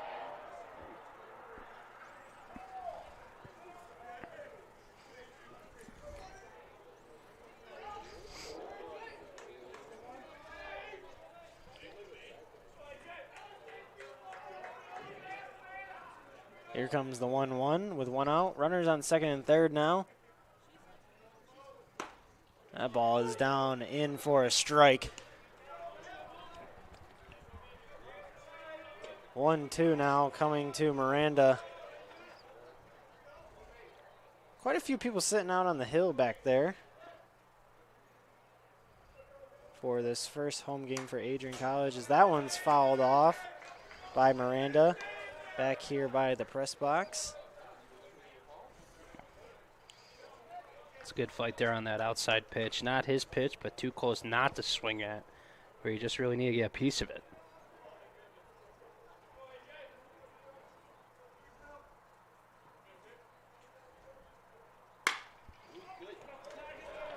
As Miranda chops it into center field, and then will drop, and that will score Adrian 2 runners. That'll get the job done with a sacrifice fly to Miranda there. No, I'm sorry. Yeah, he did catch that. I thought he didn't catch that at first. Better's designated hitter number 9, Kevin Cardeni. Nice dive there by Smith, especially playing a little deeper with Miranda at the plate. Coming in on it, making a nice diving catch. Inside pitch. 1 ball, 0 strikes now. 2 out. Adrian up 8-5. Runner on third. And that ball is drilled into left field. And it will hit off the top. And No way. And will be played by the left fielder. And that will be a double for Kevin Cardeni, and he's a little upset that that ball didn't clear the fence. What are the odds of that? Right off the top of the fence and bounces back in. The umpire's going to throw that ball away. Probably a cut in that. Better's catcher number 7, Dylan Johnson. Wow. I also think, just by the way they were looking at it, that this were a major league game, we'd be going to the monitor at this point just to see how that ball got back in there.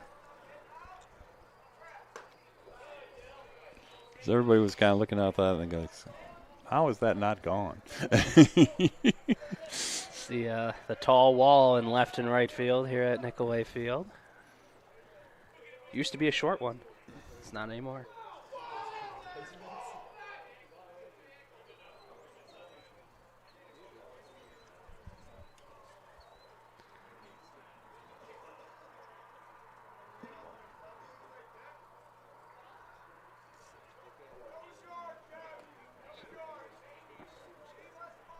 We have a discussion here. I believe that was a balk.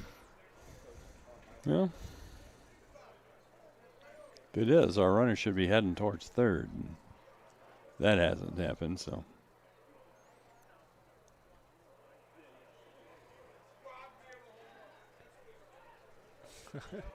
Some discussion down there in the dugout. Robbed of a home run, someone said, I believe. Well, no one knows what's going on the field as we just pause play for a second. But Cardeni stays at second, so it did not go as a balk. There's a ball drilled into right center, and it'll drop for a single, maybe even a double, and it will be a double off the wall, maybe even a triple. Here it comes around the bases. And he will get there as Siena will just run it in. 10-5, Adrian is ripping it on Siena right now. Zach Bloom has a little bit of heat on him now. Better second baseman number 3, Andrew Atherton. You know, one of the big losses to the Bulldogs after last year was the catcher, Gunnar Rainey, but Dylan Johnson so far this year has done a great job filling that role as he's been hitting the ball pretty hard. That one is a rocket into the dugout. But Johnson's done a good job this season, and he's got a little bit more speed than Gunnar Rainey too, so well, that helps. That's so important. You got to build your baseball team with players up the middle, and fortunately for the Bulldogs, that's where they got at least some experience with Peck in center and Thomas Miller at short. So they got the new guys. With Atherton getting his first chance to start at second base, and Johnson. Atherton takes 2 quick strikes with 2 outs and a runner on third, and now it is 1-2 as that was a ball high and up. Bunch of new starting faces for the Bulldogs this year. Davis is over at third today. Atherton pops it up, and it will be just out of play for those 3 Saints. Davis over at third. You got Easton Rogers in left to replace. So Davis replacing Sean O'Keefe. Rogers replacing Brandon Cooper. In right field, Don Goods replacing Tristan Richardson. A.J. Miranda started a few games last year, but not all of them. Joe Casal was playing first last year for the Bulldogs towards the end of the year. You had Brady Wood at second, replaced by Drew Atherton. And Gunnar Rainey behind the plate with Dylan Johnson filling in this year. And that will be a caught looking for Atherton. Strike 3. 10-5, Adrian College. Don't go anywhere, though. More baseball. Top of the 5th coming to you.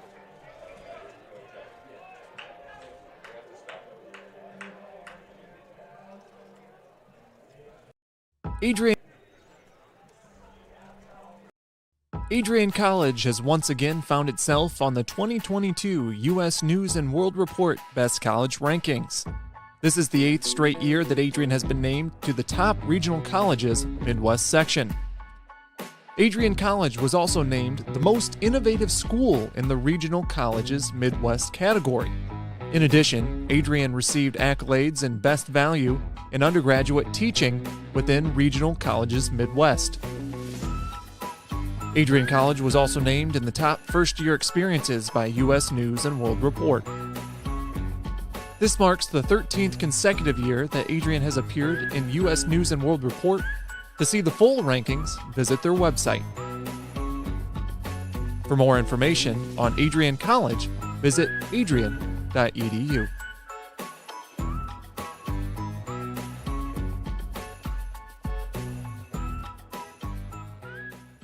In place of Daniel Goody. Adrian College has dozens of athletics programs, and winning is a staple on our campus. We have the culture of winning in and out of the classroom. This is a place where young men and women grow into professionals for life. Are you interested in learning more about the Bulldog experience? Visit adrianbulldogs.com and the Recruit Me tab to be recruited to play your sport of choice today. If you have what it takes, you could be a Bulldog in no time.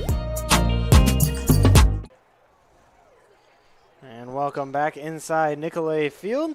The Bulldogs up 10-5 here to start the top of the 5th inning. We have a pitching change. Now batting the left fielder number 23, Chris Winkleman. Yeah, pitching change. Andrew Giorno on for the Bulldogs. His third appearance this season. He's 2-0 already. He's only thrown 4 2/3, but has an ERA of 1.93. Opposing hitters hitting 235 off him so far this year. He's allowed just 1 earned run so far in his work with 4 strikeouts.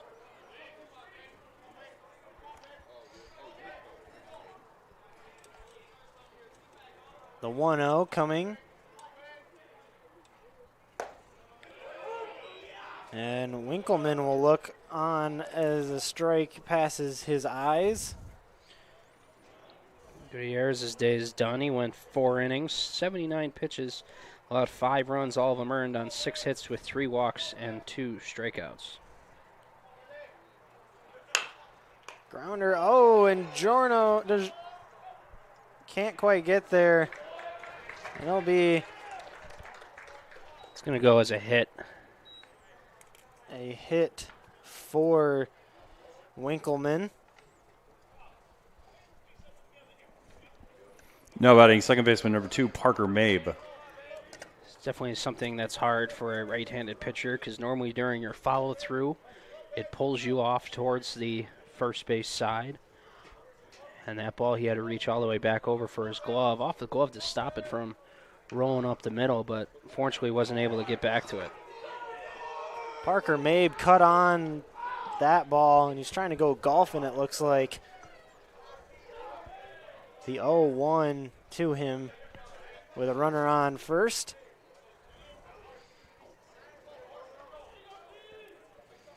Giorno with the 0-1. And it'll be hit right up the middle, and a great play by Miller, trying to turn double play, but can't quite get it. As the lead runner is out by a nice diving play by Miller. That's 2 today by him. That was a nice stop, keeping that ball from rolling up the middle. Looks like Miller had a little bit of trouble getting it out of his glove, but we was able to get the lead runner. Now batting the shortstop number 28, Brad South. And that's what I mean by building your team up the middle. You got to have a shortstop that can make plays like that. And here at Adrian College, we've been very fortunate over the basically the last decade, because Thomas Miller stepped in to take over for Ryan Doro. Double play, and he will get him. A great way to end the inning for Adrian College. And we will go to the bottom of the 5th, still 10-5. Don't go anywhere.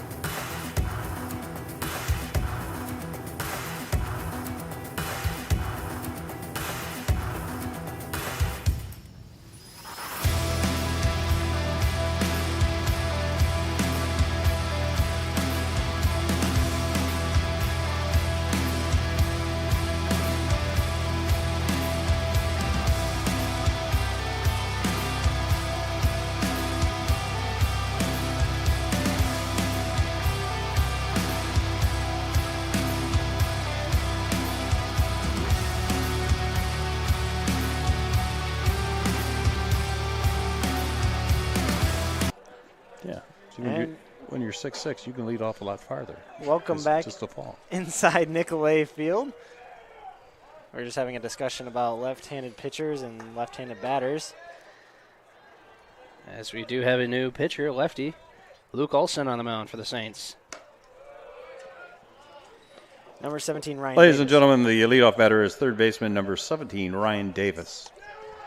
Ryan Davis up for Bulldogs as he takes a ball for the first pitch, and he will cut on and miss the second pitch from Luke Olson. Olson on the mound for the 4th time this season. He has a record of 1-0 in 7 1/3 innings. He's given up 4 runs, all of them earned on 9 hits with 2 walks, 7 strikeouts, an ERA of 4.91.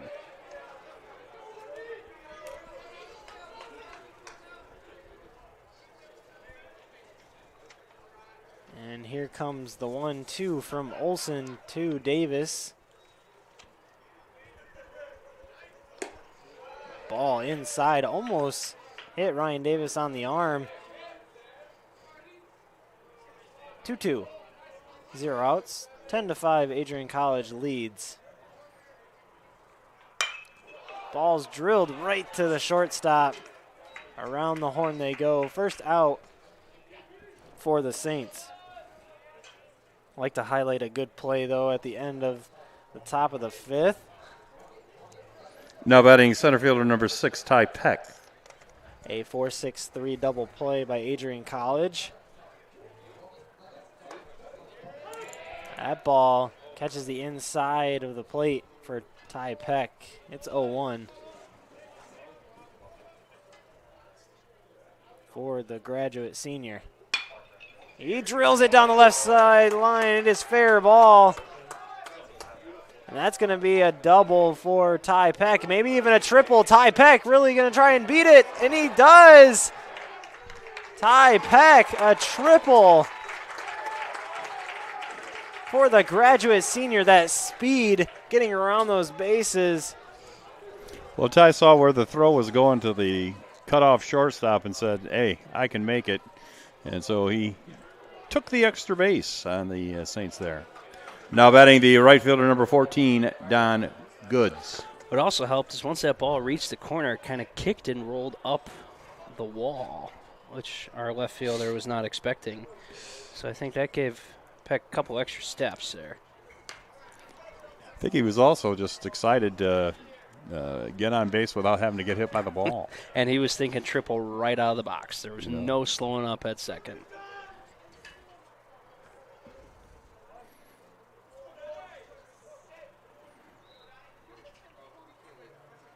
Here comes the 0-1 and another ball fouled. Siena Heights trying to play it, and it'll be just right in front of the Adrian dugout. It'll go foul. 0-2 coming to Don Goods, the leadoff hitter. It's a rare ball that lands in play that's it over there. But this one could have been caught, but it would have been quite the good play.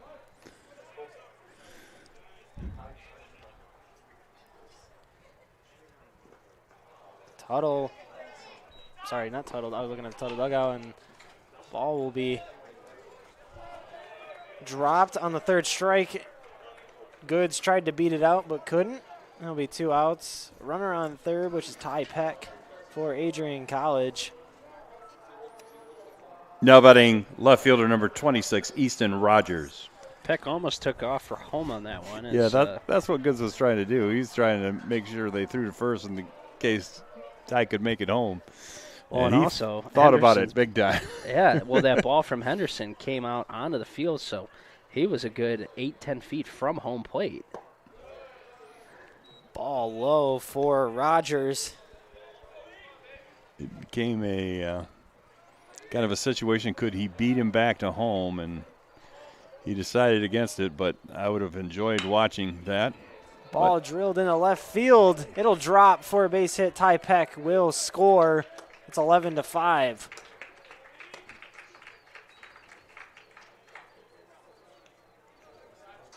$11 runs, 10 hits for the Bulldogs.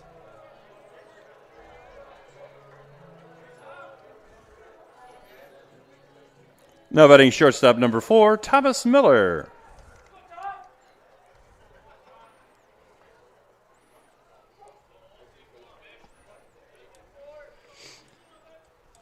Thomas Miller awaits his first pitch at bat. That'll be high.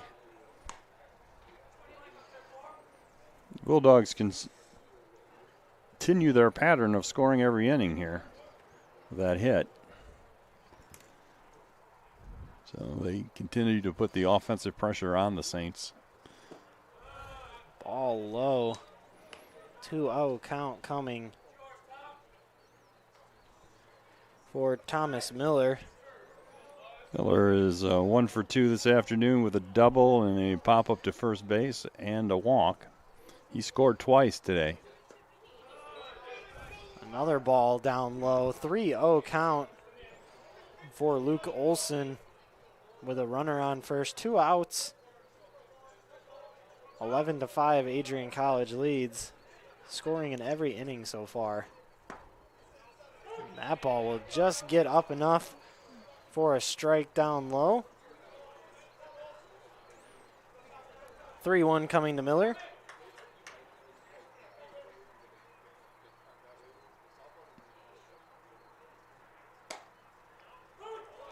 That ball is going to catch the outside of the plate. And now we'll start the runner at first base. First baseman moves back to give him a big jump. So extra base hit should score Easton Rogers. Ball is up. Pop fly. Can the catcher get there? First baseman's going to get there in front of their own dugout. It is going to be 1 run scored for Adrian College in the bottom of the 5th inning. 11-5 is your score. Don't go anywhere. 6th inning coming up for the Bulldogs versus the Saints.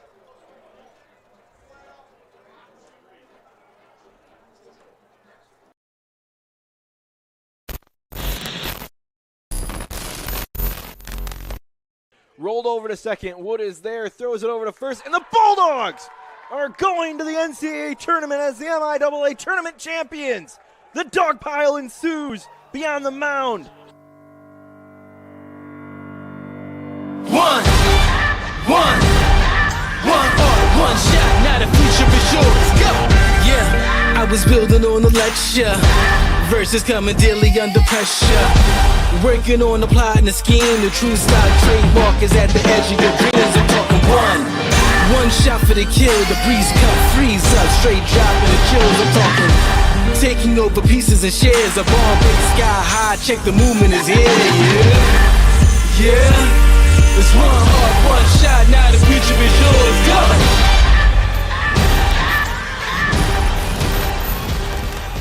Bring everybody back. Adrian College Television has the pleasure of airing all Adrian College football games this 2021 football season. And along for the ride are these wonderful sponsors, including the Adrian College Bookstore, Gurgin Insurance Agency, Carlton Lodge, and sponsoring each week's player of the game, Hungry Howie's Pizza. Be sure to stay tuned to the end of each broadcast to see who is named Hungry Howie's. For the Six is designated hitter number 54, Thomas Lamnick. And welcome back inside Nicolay Field. 11-5, top of the 6th. Starting here with Giorno's first pitch. And it's going to be a cut-on swing by Thomas Lamnick.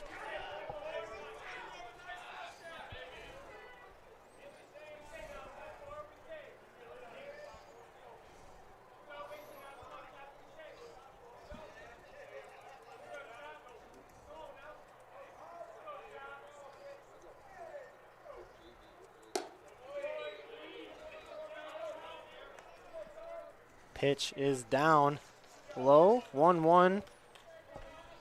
Coming up from Lamnick. Giorno from the stretch.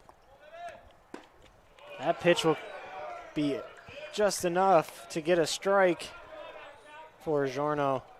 1-2 coming for Lamnick here. 0 outs. Siena Heights really needing something, a little spark of energy here in this top of the 6th inning to get going. Ball is popped up, called off. That is Thomas Miller who will make the catch for Adrian College to give that the first out of the inning for the Bulldogs. Now batting the catcher number 1, Cody Henderson. And as Goose mentioned, Cody Henderson now up for the Saints.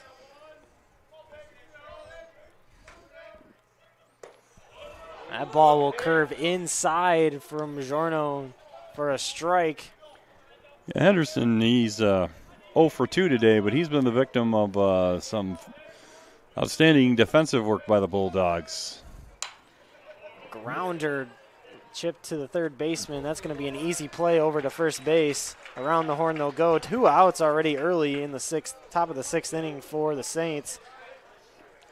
That was a good pitch there by Giorno as he set up inside on the hitter and jammed him in exactly what he wanted to do. The batter's left fielder number 3, Hayden Smith.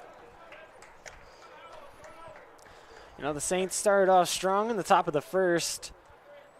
Led the Bulldogs 3-2 out of the first inning, then didn't score anything in the second. There's a strike there from Giorno. No runs scored in the top of the second, then Bulldogs took a 4-3 lead. Then Saints bounced back and took a 5-4 lead. Then Adrian tied it up at the end of the third. Ball outside. Then it's been all Adrian College since the bottom of the 4th inning. They scored 5 runs, make it 10-5, and now it's 11-5 after a 1-run score in the 5th inning. Cut on and fouled over the fence to the left side. The 1-2 coming from Giorno to Smith.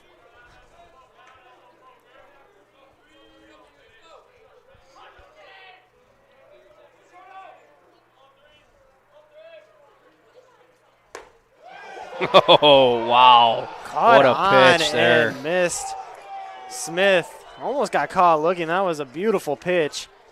That'll do it for the top of the 6th inning. No score change so far. 11-5 still Adrian College. Don't go anywhere. For the Saints in the top half of the 6th, they get no runs on, no hits. There were no errors and no one left on base.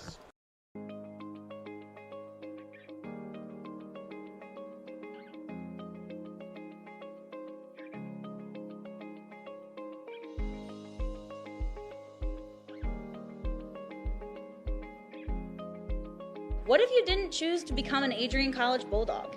Surely you would have carried on with your education and could potentially be graduating elsewhere. But what would you have the honor of greeting Bruiser on campus? Would you have had the privilege of working alongside faculty that know your name? Would you have had the opportunity to learn and grow in an environment that is seeking the truth and dignity in all people? Would you have had a creative learning environment that is supportive of challenging you and achieving excellence in your academics, but also your personal and professional lives? This has been Adrian College's promise to us. Just as our families have promised to love us unconditionally and support us through the many peaks and valleys of our lives, Adrian offered a similar promise to us when they realized our potential by asking us to join them. While we have been busy navigating the many what-ifs of our time, none of which we could have imagined, we have indeed found the cane that holds our ribbons of excellence at Adrian to stand strong. Strength and tradition. A tradition that carries on from graduating class to graduating class. A symbolic reminder of the leadership carrying the motto, no victory without work. The Adrian College class of 2021 can proudly proclaim that we have earned our ribbon of excellence for persevering through a pandemic because of our hard work. We have had to learn how to best navigate the many what-ifs in uncharted times. While some of the what-ifs have been answered, it is now up to each of us to embrace and navigate on our own. What if I take that job? What if I Leading off for the Bulldogs in the bottom of the 6th inning is first baseman number 30, A.J. Miranda. Welcome back inside Nicolay Field. 11-5 is your score. Adrian on top of the Saints. Crosstown rival coming over to play at Nicolay Field. As we have a pitching change, Ryan Sullivan in for Luke Olson. Yeah, Sullivan on for the 6th time this season with a 1-0 record. 10 innings pitched with a 3.6 ERA. He's allowed 4 runs, all of them earned on 7 hits with 4 walks and 4 strikeouts.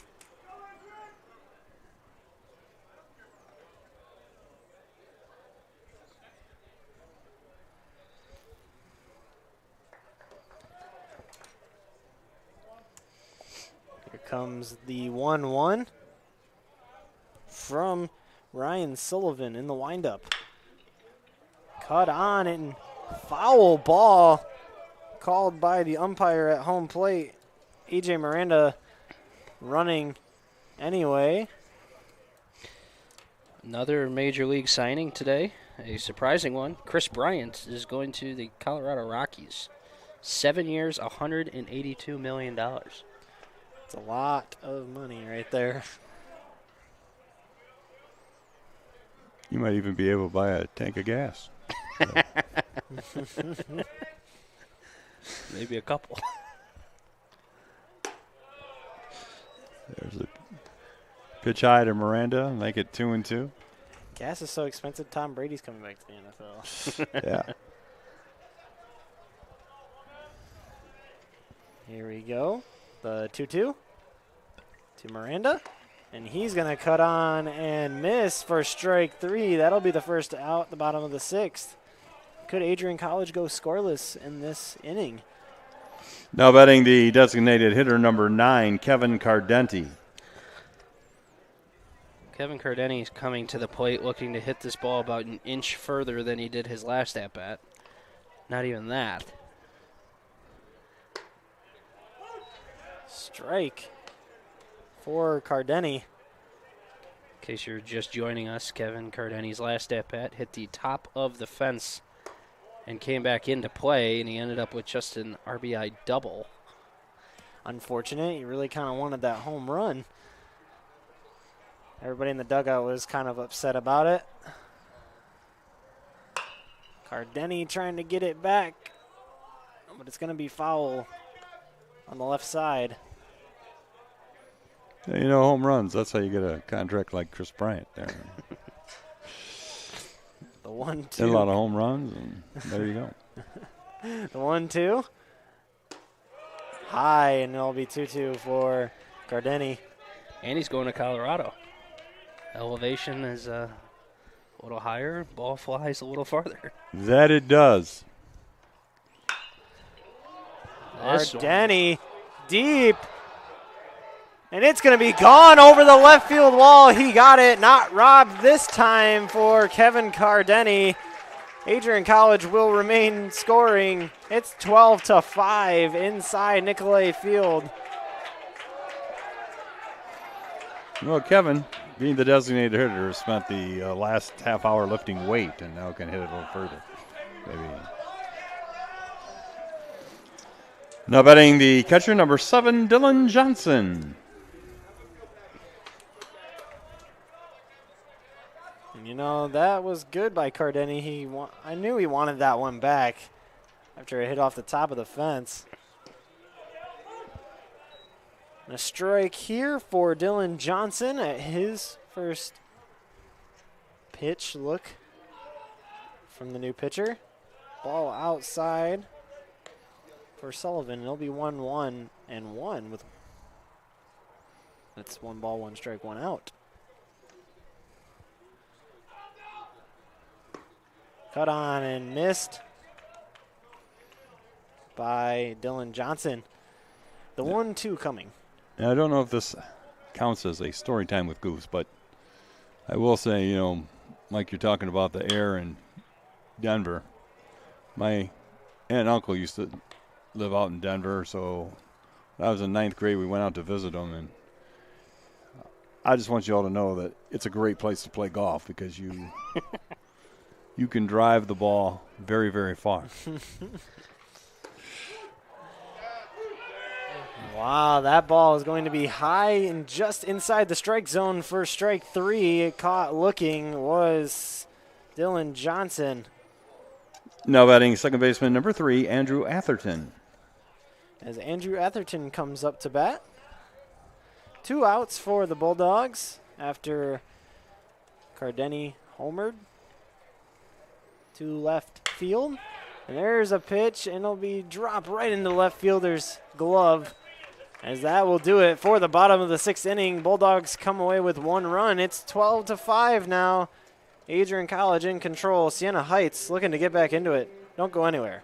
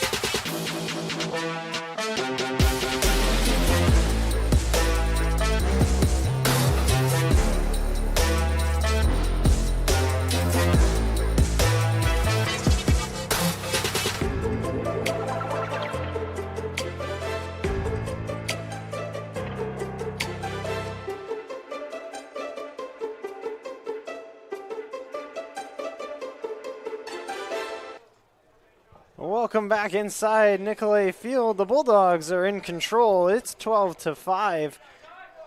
The Bulldogs have had a commanding lead ever since the bottom of the fourth inning. 11 hits. But we have a new pitcher on the mound for your Bulldogs, Tyler Usher. Ladies and gentlemen, the leadoff batter for the Saints in the top of the seventh is third baseman number 5, Cole Van Wasanova. Also a couple defensive changes. Andrew Rebar checks in behind the plate for Dylan Johnson, and Aaron Valentine heads over to first for A.J. Miranda. Here's the pitch from Usher, and he throws a right outside strike to make it 0-2.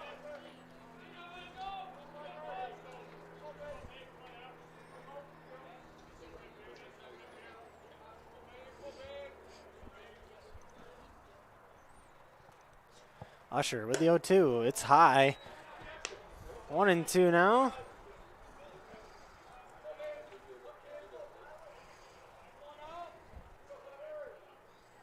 Siena Heights looking to get back into this game here in the top of the seventh. Cut on and fouled off to the right side for Van Wasanova.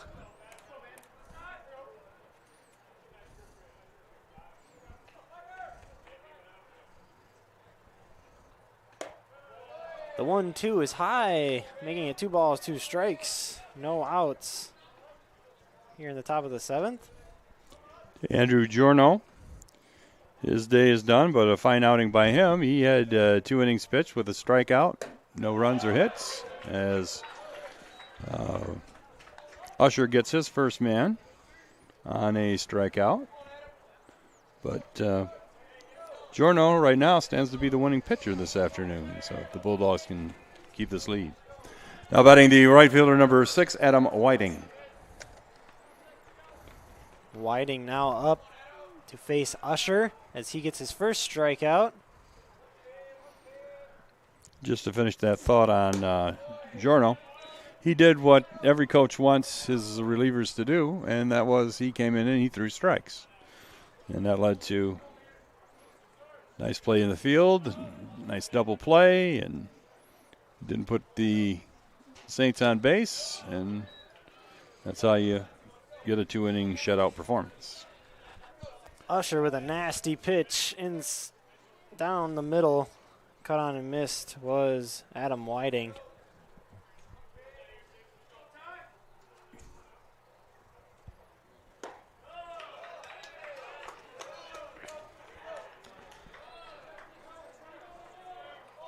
Usher doing a great job keeping the ball low on his fastball, really being effective to the hitters. Lots of swings and misses so far from them.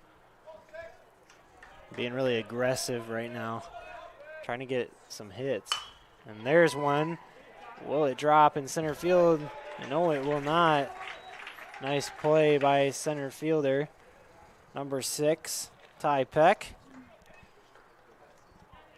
The speed of him gets to the ball for 2 outs now for Siena Heights. They've remained scoreless. Now batting first baseman number 15, Kenny Lehman. The past 3 innings could make it 4. Here, Tyler Usher delivering the first pitch on 2 outs. And it'll be a ball to Kenny Lehman.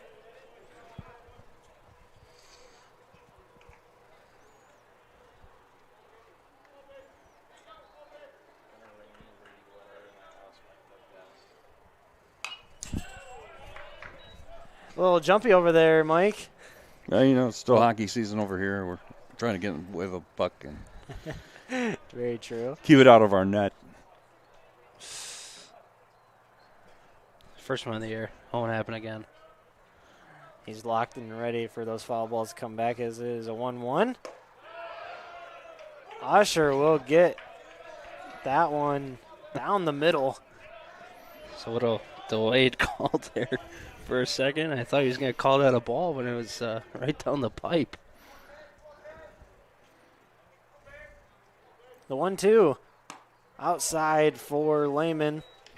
Such a good pitch that even Mr. Ray was enjoying it. Just with admiration. That's right down there.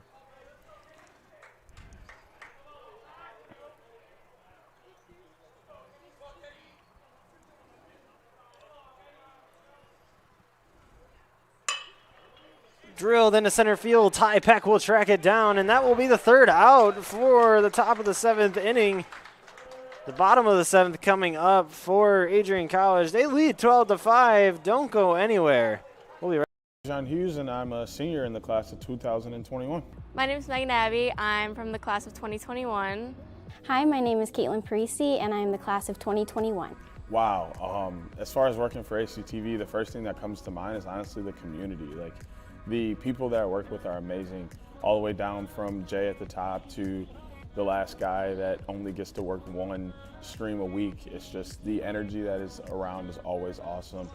It's a perk that you get free access to the games, but I absolutely love it. We have a great culture here, and then I was able to work my way up to a student director position, but I get so much creative freedom. I get to work in arenas and sports and environments that I absolutely love and enjoy. ACTV has brought so many experiences and memories that I'll take with me to grad school and even beyond.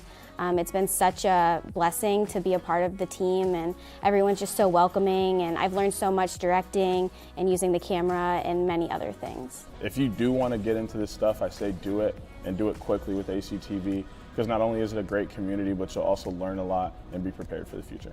I think what I'm going to miss most about ACTV that's not the free software that I get as a student would definitely be the people and the culture that we have here. Just the connections that I've made, the students that we have, just the family that we have here. I'm definitely going to miss everyone a lot. I'm going to miss everyone. I think everyone's just been so great. I love the atmosphere. It's definitely another family away from home. I think directing is going to be something I miss, but just interacting with everyone during our meetings on Tuesdays, and just the atmosphere. Entering the game in the number 8 spot at first base is number 19, Jacob Jackson. Welcome back inside Nicolay Field. Leadoff hitter is third baseman, number 17, Ryan Davis. Ryan Davis to lead it off, as Goose said, for the Bulldogs here in the bottom of the 7th. This game's going a lot quicker than I expected it was going to, honestly. You know, especially after the first inning. Took, I think, 33 minutes, so it's zipped along since then.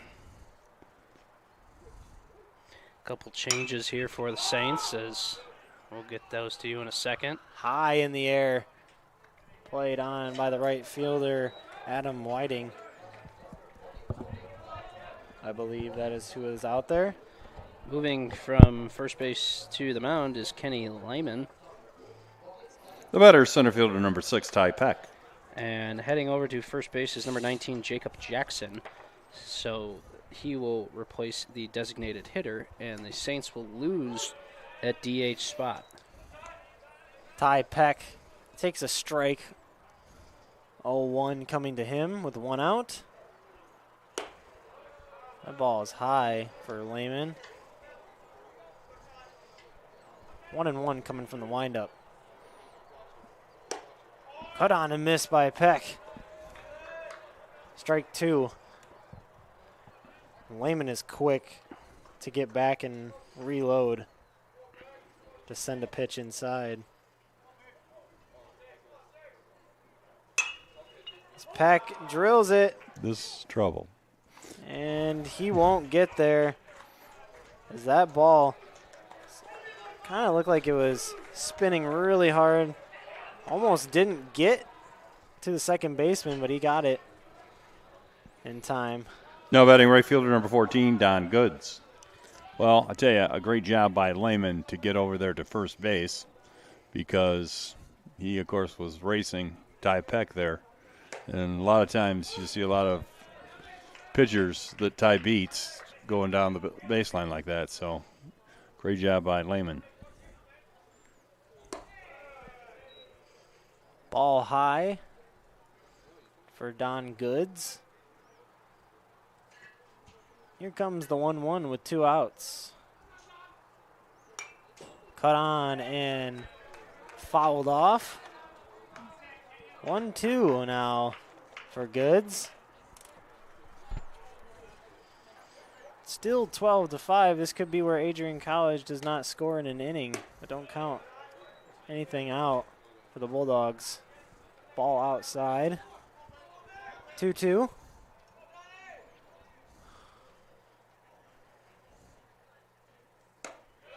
Another one high and outside as Lehman's trying to catch the top right corner, it looks like.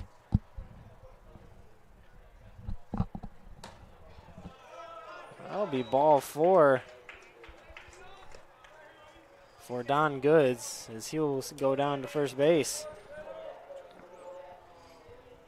Now batting left fielder number 26, Easton Rogers.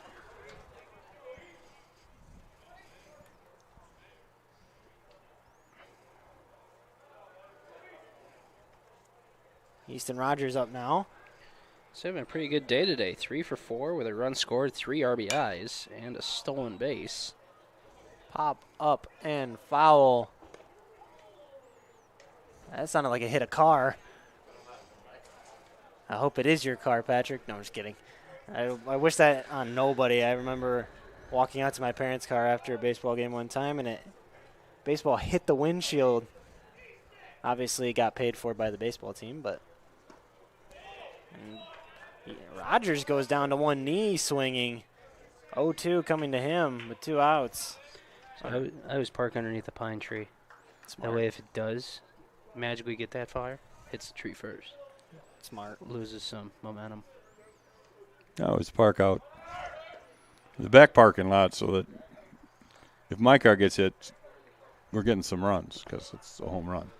As Easton Rogers strikes out to end the inning. So at the end of 7 complete innings of play, our score remains the Bulldogs 12 and the Saints 5. Adrian College is a pinpoint like no other. With our 77 undergraduate degrees, 47 majors, and 21 broad fields of study, Adrian has a one-of-a-kind, hands-on learning experience for everyone. Do you want to visit the campus of Adrian College in person? Visit adrian.edu/campus-visit.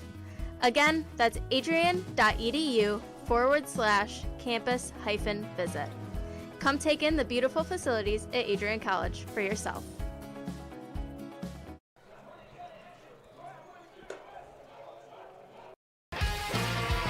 Bulldog fans, connect with Adrian College TV on social media to be updated when we're broadcasting live, to see highlights, plays of the week, and much more. Adrian College Television is on Facebook, Instagram, and Twitter. ACTV's handle is @AdrianCollegeTV on every form of social media. Thank you for tuning in and subscribing to the home of the Bulldogs, Adrian College TV.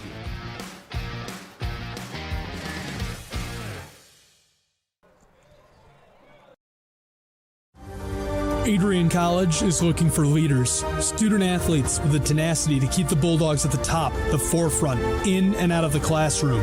The Bulldogs are looking for talent, character, hard work, grit, leaders who can electrify sold-out crowds, gut out a last-line shift, will their team to victory, hit a grand slam in the bottom of the 9th, and be a part of a legend in the making. Think you have what it takes to become a Bulldog? Visit adrian.edu to learn more. Welcome back inside Nicolay Field. We have a pitching change for you. Luke St. Antoine. Mike, you want to give us a little update on St. Antoine? Yeah, this is his 3rd appearance of the year. He's only thrown 4 innings so far with an ERA of 4.5. Struggled a little bit, giving up 2 runs, both earned, with 6 hits. And here comes his first pitch. It'll be down low. Ladies and gentlemen, leading off for the Saints in the top of the 8th is left fielder number 23, Chris Winkleman. Another change for the Bulldogs on defense in left field. Owen Brown checks in for Easton Rogers. Ball drilled up the center for Winkleman, and that'll be a base hit for him on St. Antoine to start off the inning for the Saints.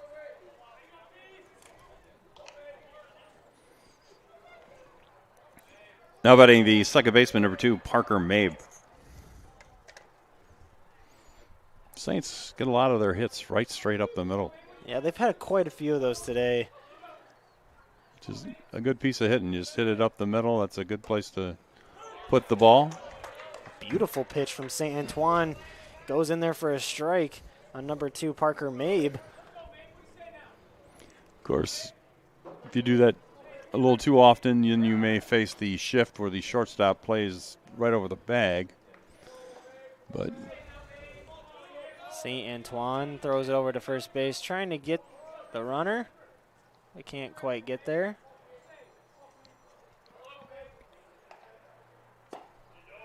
Ball is down and in for a strike. 0-2 coming up to Parker Mabe.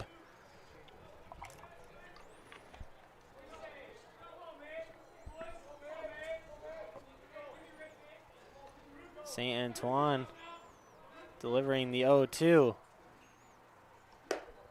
High and outside, it looks like. For Parker Mabe, the 1-2 coming up with a runner on first. 0 outs here in the top of the 8th.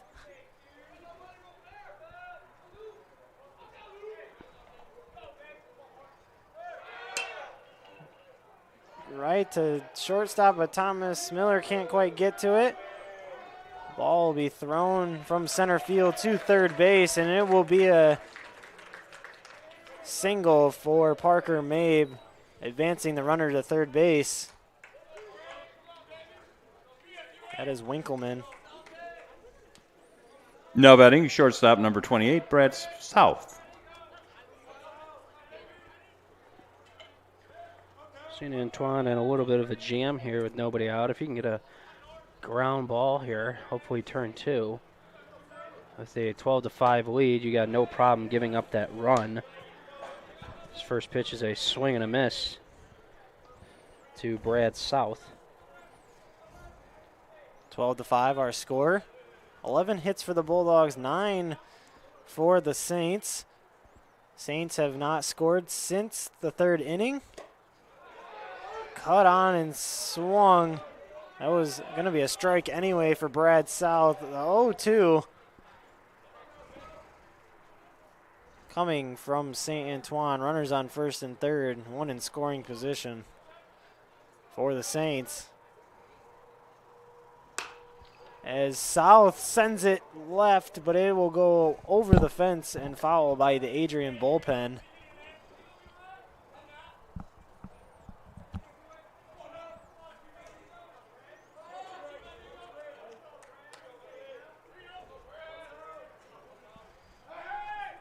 St. Antoine trying to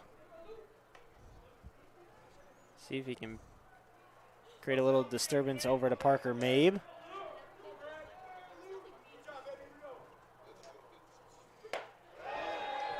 Swung on and missed. Strike 3 for number 28, Brad South. Now batting first baseman, number 19, Jacob Jackson. Brad South strikes out from St. Antoine. This is Jackson's first at-bat here today. He came in defensively as a wild pitch gets away from rebar, and that will score a Saints run, and that makes it now 12-6. And that advances another Saints runner, Parker Mabe, into scoring position. That takes away the double play opportunity.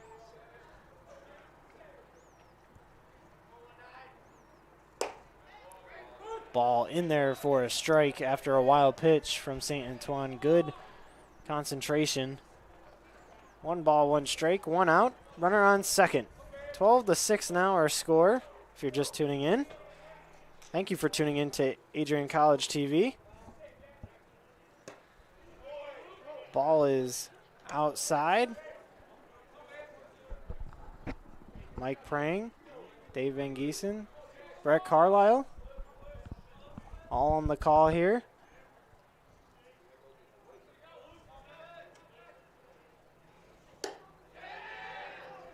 Swing and miss for 19, Jacob Jackson. For his first at bat of the day, 2-2 coming to him, 1 out.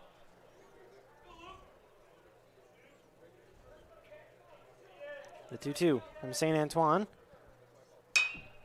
Cut on, and will it stay fair? It will not. It will go out over the fence. Just out of the right fielder's reach. Yeah, down where that ball went out, there's about 1 foot of foul territory. So you either get a triple or a foul ball. But just very rare you see a foul ball that stays in the ballpark down in those corners. St. Antoine now.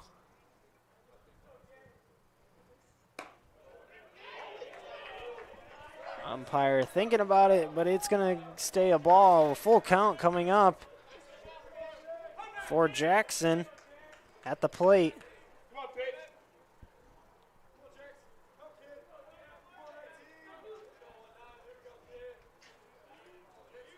St. Antoine steps off.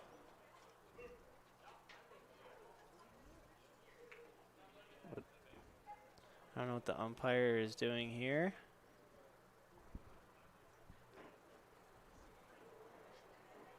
Writing something down in his notepad.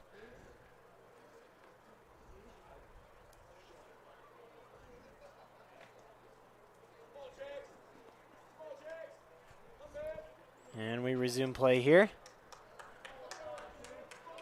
3-2. 1 out. Runner on second. Parker Mabe awaits. Jackson awaits the pitch. A wild pitch. Ball 4, though. Mabe gets the third base. A runner on first for Siena. Now batting the catcher, number 1, Cody Henderson. Henderson up to bat now for the Saints.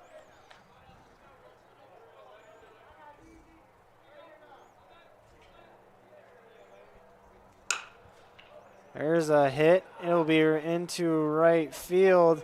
That might get a run in for Siena, and it will. An RBI sacrifice fly for Henderson.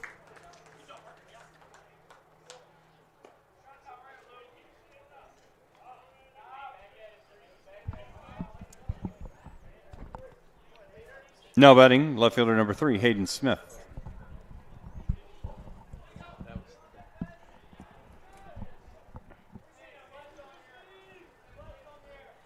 (12-7) our score now. 2 outs. Ball for number 3. Excuse me, that was center fielder Hayden Smith. Hayden Smith takes a strike. Runner on first. Jackson. St. Antoine, the 0-1. Grounder to second baseman. An easy play. And third out for the Bulldogs. That will do it. The Saints come away with 2 runs in the top of the 8th, making it 12-7. Bottom of the 8th coming up here for your Bulldogs. Don't go anywhere.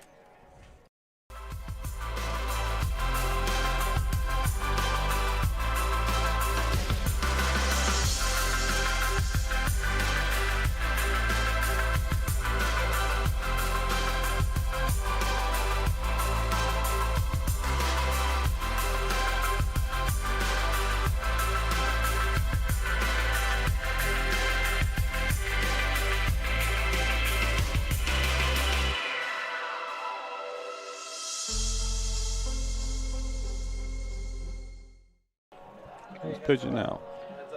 15. Still Lehman. Hey, cool.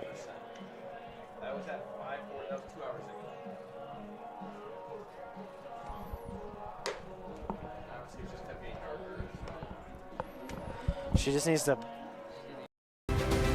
If there was one word I was going to use to describe the communication arts program at Adrian College, it would be unique. Students find themselves on the radio, in front of and behind the camera, and directing their own programs. Students learn in a personalized environment that sets them up for a world of opportunities. Are you ready for your moment in the limelight? Learn more about the Rush Communications Center and Adrian College's communications program by visiting adrian.edu today. Is shortstop number 4, Thomas Miller. Welcome back. More baseball for you. Bottom of the 8th coming up. Almost the end here. Adrian College up 12-7. Siena Heights trying to make a push. Ball is delivered for Lehman inside, and he gets a strike out of it. The 0-1 coming up here. Lehman is so quick with his pitching. He just gets right back into the windup and just goes like that. You know, that's how I was when I used to play. It was get the ball, get back in the mound because I'm in my groove. It's my world and you're living in it. So once the batter calls time, we're going off me. Ball is hit foul, and it just goes over the dugout. Another thing about that, too, Mike, is the fact that The bullpen. the fielders appreciate a guy who works fast like that, and they usually can do a better job of playing defense behind them because they're not getting bored. They're, ready on every pitch as Miller lines a base hit to center field. Thomas Miller drills it up the center to start off the bottom of the 8th for Adrian College. They're still up 12-7, as I mentioned when we came back. Now batting first baseman number 8, Aaron Valentine. This is kind of a big inning for the Bulldogs, even though they still maintain the 5-run lead, but all their substitutes that they put in should be coming up here. So this is a chance for them to show Coach Rainey they can be trusted and maybe in that lineup a little more. As Valentine fouls one away, and he's quickly down 0-2. And as Goose mentioned, the 0-2 now coming up for the first baseman. We fixed the lighting on our center field cam. Thank you, Matt Kibbe. I know he might be listening. Well, he's not listening. Obviously, he's fixing the camera. Valentine cuts and gets called for a strike 3 to give Adrian their first out of the inning with a runner on first. We have a pinch hitter for Kevin Cardeni. It's going to be number 18, Adrian Gutierrez. Now batting a pinch batter, number 18, Adrian Gutierrez. Gutierrez in place of Kevin Cardeni. I wonder if Gutierrez is twins with the other Gutierrez. I don't believe so. My guess is because our starter, Daniel Gutierrez, is from Grand Rapids, Michigan, and Adrian Gutierrez is from Tampa, Florida. They could be related, though. You never know. They're both freshmen, too. I mean, you realize Gutierrez is a popular last name. Yeah, that's true. In baseball, it kind of is. You're right.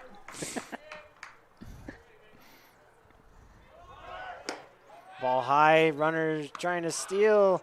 He is safe.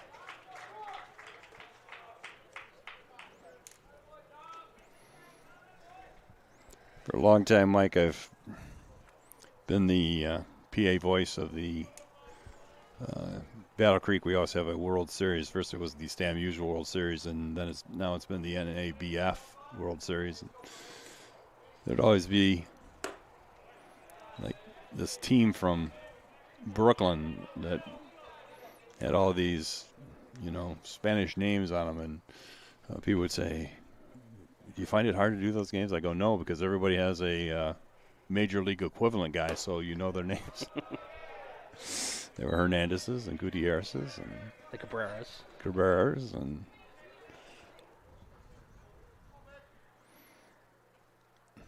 truth be known, they were a lot easier to say than the other team that comes from New York, because they got a bunch of guys that have names that are spelled one way and said completely different. So, like Luke St. Antoine, for example, there's no W. Yeah. The English language is just weird, honestly. Like, Now batting, the catcher, number 5, Andrew Rebar.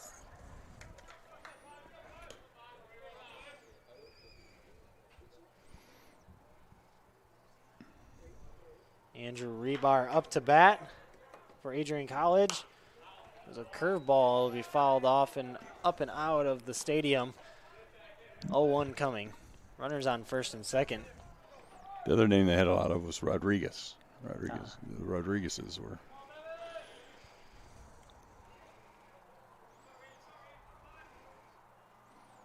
The 0-1 cut on and swing and a miss for Andrew Rebar.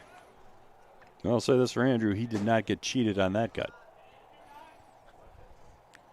He had a big swing.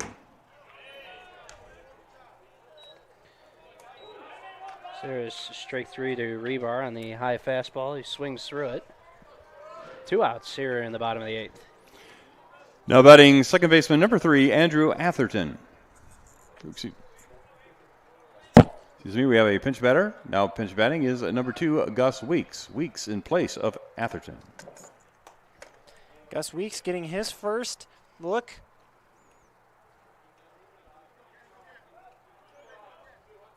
At the plate today. Kenny Lehman, 2 outs. Runners on first and second. A drilled hit into right field. Will it stay fair? It will. Fair ball. 1 run scores. 2 runs will score. And a triple for the first at bat for Gus Weeks. He comes in as a pinch hitter and drills one into right field. No, and that hit the spot of Nicolay Field where there's only a foot of foul territory between the foul line and the fence. Now batting third baseman number 17, Ryan Davis. And that is Gus Weeks' first collegiate hit of his career. Yeah, he likes the home park already. Again, you see a ball like that, when it stays in the park, it almost has to be fair because there just ain't that much room between the fence and the foul line. With that hit and triple by Gus Weeks, it's 14-7, 2 outs, 0-1 count.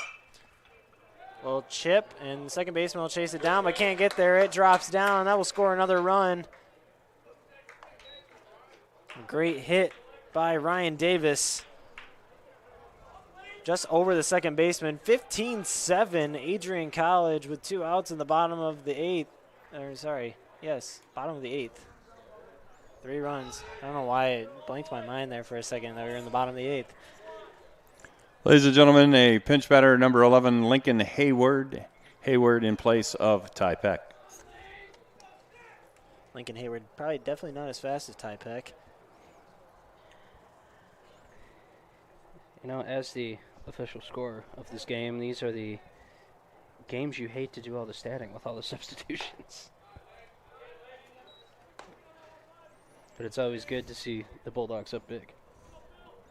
It's also true. But I can tell you one other game that you don't want to keep the stats at. That's the official score for the Battle Creek Bombers. One night we decided, they play 2 half seasons. So at the end of the first half of the season, the last game really didn't matter. So as far as the standings went for either team. So both teams decided it would be fun to let at least one guy on their team play every position on the diamond that evening, and multiple other guys it was necessitated to move them about every inning. So it was like Park District Little League Baseball all over again. As Kenny Lehman walks Lincoln Hayward. Speaking of Battle Creek Bombers, now the Battle Creek Battle Jacks under new ownership. So yeah, the Battle Jacks. Yeah, most of the ownership is the same, just the actual owner there. But yeah, the new name for the Bombers is out. Battle Jacks is in. Had a big contest of people writing in and doing that. So it's going to be a new era of baseball in Battle Creek this year. I live 20 minutes east of Battle Creek, so. The batter is right fielder number 14, Don Goods. Well, I can tell you, if you want, they're looking for an official score this summer because I'm not driving all the way back from Tecumseh every night to do their games. Good steps to the plate, 1 for 4 on the day with an RBI on a double and 2 runs scored. Ball hit foul for Goods. This also has a stolen base today. Adrian College is doing all sorts of work.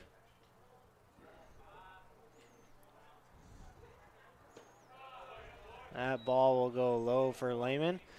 Runners on first and second, 2 outs, 2-1 count. 2 balls, 1 strike. 15-7, Adrian College in command.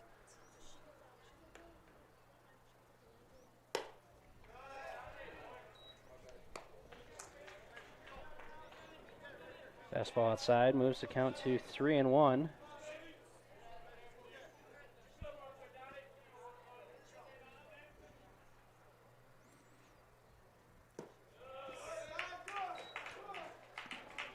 And that'll be ball 4 to load the bases. Owen Brown coming to the plate. His first at-bat of the day after checking in left field for Easton Rogers. Now batting the left fielder, number 34, Owen Brown.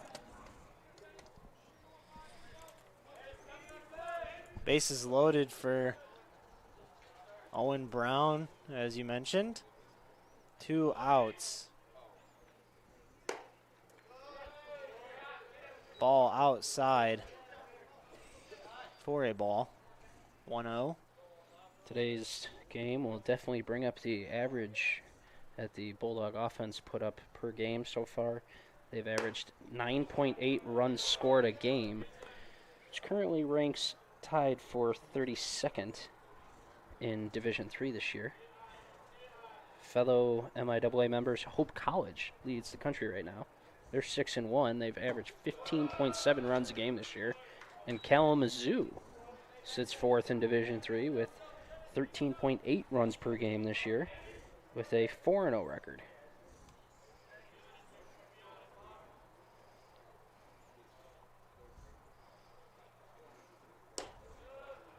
Ball just gets on the outside of the plate. It's 2 balls and I believe 2 strikes. Yep. And 2 outs. Bases loaded for Brown. Ball will be outside, and it's going to be a full count. Everybody's running on this pitch.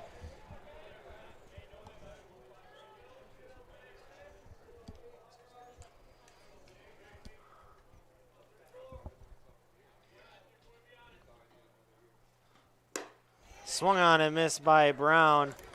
He leaves 3 on base, but Adrian gets 3 runs in this inning. 15-7 is our score. Don't go anywhere. Top of the 9th coming to you. We'll be right back.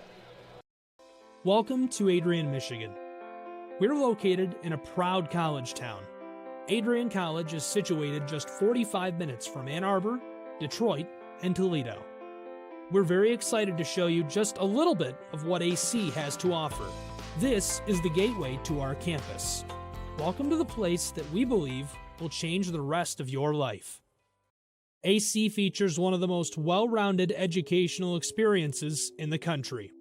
We offer over 60 different academic majors and 10 academic institutes, as well as dozens of student organizations.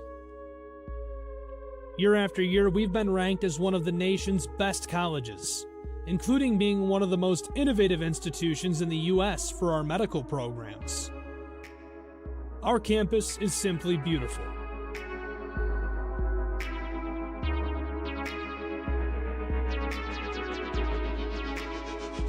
Our student-to-faculty ratio is an incredible 13-1. That means more attention for you and a much better overall learning environment. We know how to put together an education that is life-changing. And these are just some of the highlights. From our communication arts program, to our many performing arts, to the home of business on campus, to our sciences and medical studies, we have the spaces where you can grow into the professional that you want to become. Our first-year student experience is award-winning. You'll make lifelong friends here, meet mentors, and maybe even meet that special someone. The Kane Student Center is open 24 hours a day, and there's a lot going on here. The Bulldog Beanery has all of your hot drinks. Pause and Go is our on-campus convenience store. Ladies and gentlemen, now pitching for the Bulldogs is number 32, Jacob Hanoin in place of Luc Saint-Antoine. And welcome back for the top of the ninth. Adrian College up 15-7. First pitch by Jacob Hanoin. We also have multiple changes in the Bulldog lineup.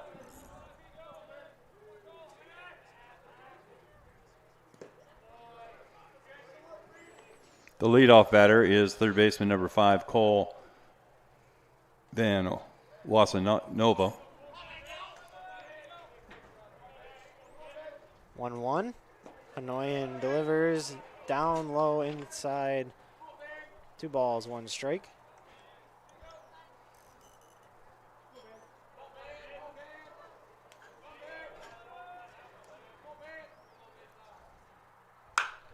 And there is a rocket into left field. It is over the left fielder's head, and it is gone. Van Wasanova with the home run to give Siena 8 runs on the day. Top of the ninth. It's 15-8 now. Siena Heights with 10 hits after that one. A nice hit by Van Wasanova into left field. Now batting is the right fielder, number 6, Adam Whiting. Lots of defensive changes for the Bulldogs. Don Goods moves from right field to center field. Owen Brown moves from left field to right field. Lincoln Hayward goes into left field. Gus Weeks heads over to shortstop, and Nathan Mix checks in for Thomas Miller in the lineup, but Mix will be playing second base. Strike there delivered by Hanoin. 1-1. Ball drilled into right field this time. It'll be caught by the right fielder. 1 out now for Adrian College. Wrapping up this game against crosstown rival Siena Heights Saints. Now batting number 15, Kenny Lehman. And there was Owen Brown out there in right field. Right now we're kind of scrambling to figure out where all these guys went. Yeah, that's why I just said the right fielder, because I was like, oh, I wonder who's out there in right field now, because we've had a lot of substitutions. Down low, strike for Hanoin.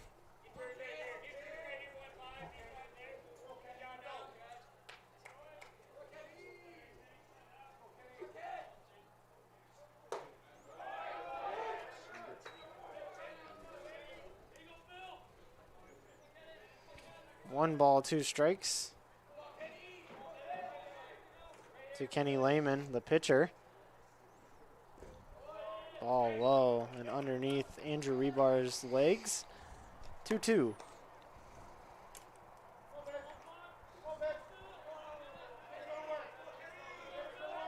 Here comes the 2-2 from Hanoin. Strike 3, swung on and missed by Lehman. That'll be 2 outs. 1 more out for Adrian College, and they will wrap up this game. Now batting the left fielder, number 23, Chris Winkleman. With Siena Heights. Let's take a look at the weekend as the Bulldogs are back at home on Saturday at 2 p.m. as they take on Heidelberg. That game will be here at Nicolay Field, and then on Sunday they will travel down to Tiffin, Ohio for game 2 of the 2-game series with Heidelberg.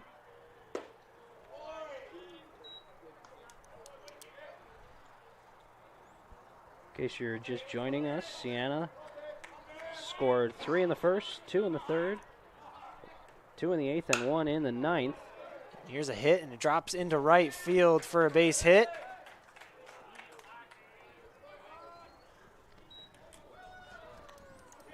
Now batting second baseman number 2, Parker Mabe. Bulldogs have put a phone number up on the board with 2 in the first, 2 in the second, 1 in the third, 5 in the fourth, another 1 in the 5th, 1 in the 6th, nothing in the 7th, and 3 in the bottom half of the 8th. And that concludes a 15-8 score. And that's a beanball to Parker Mabe, and he'll get on base. 1 on second, 1 on first, 2 outs. 15-8, 14 hits for Adrian College, 11 for Siena Heights.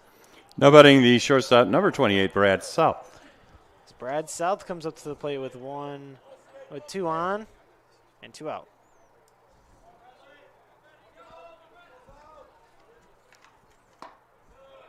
That'll catch the bottom left corner.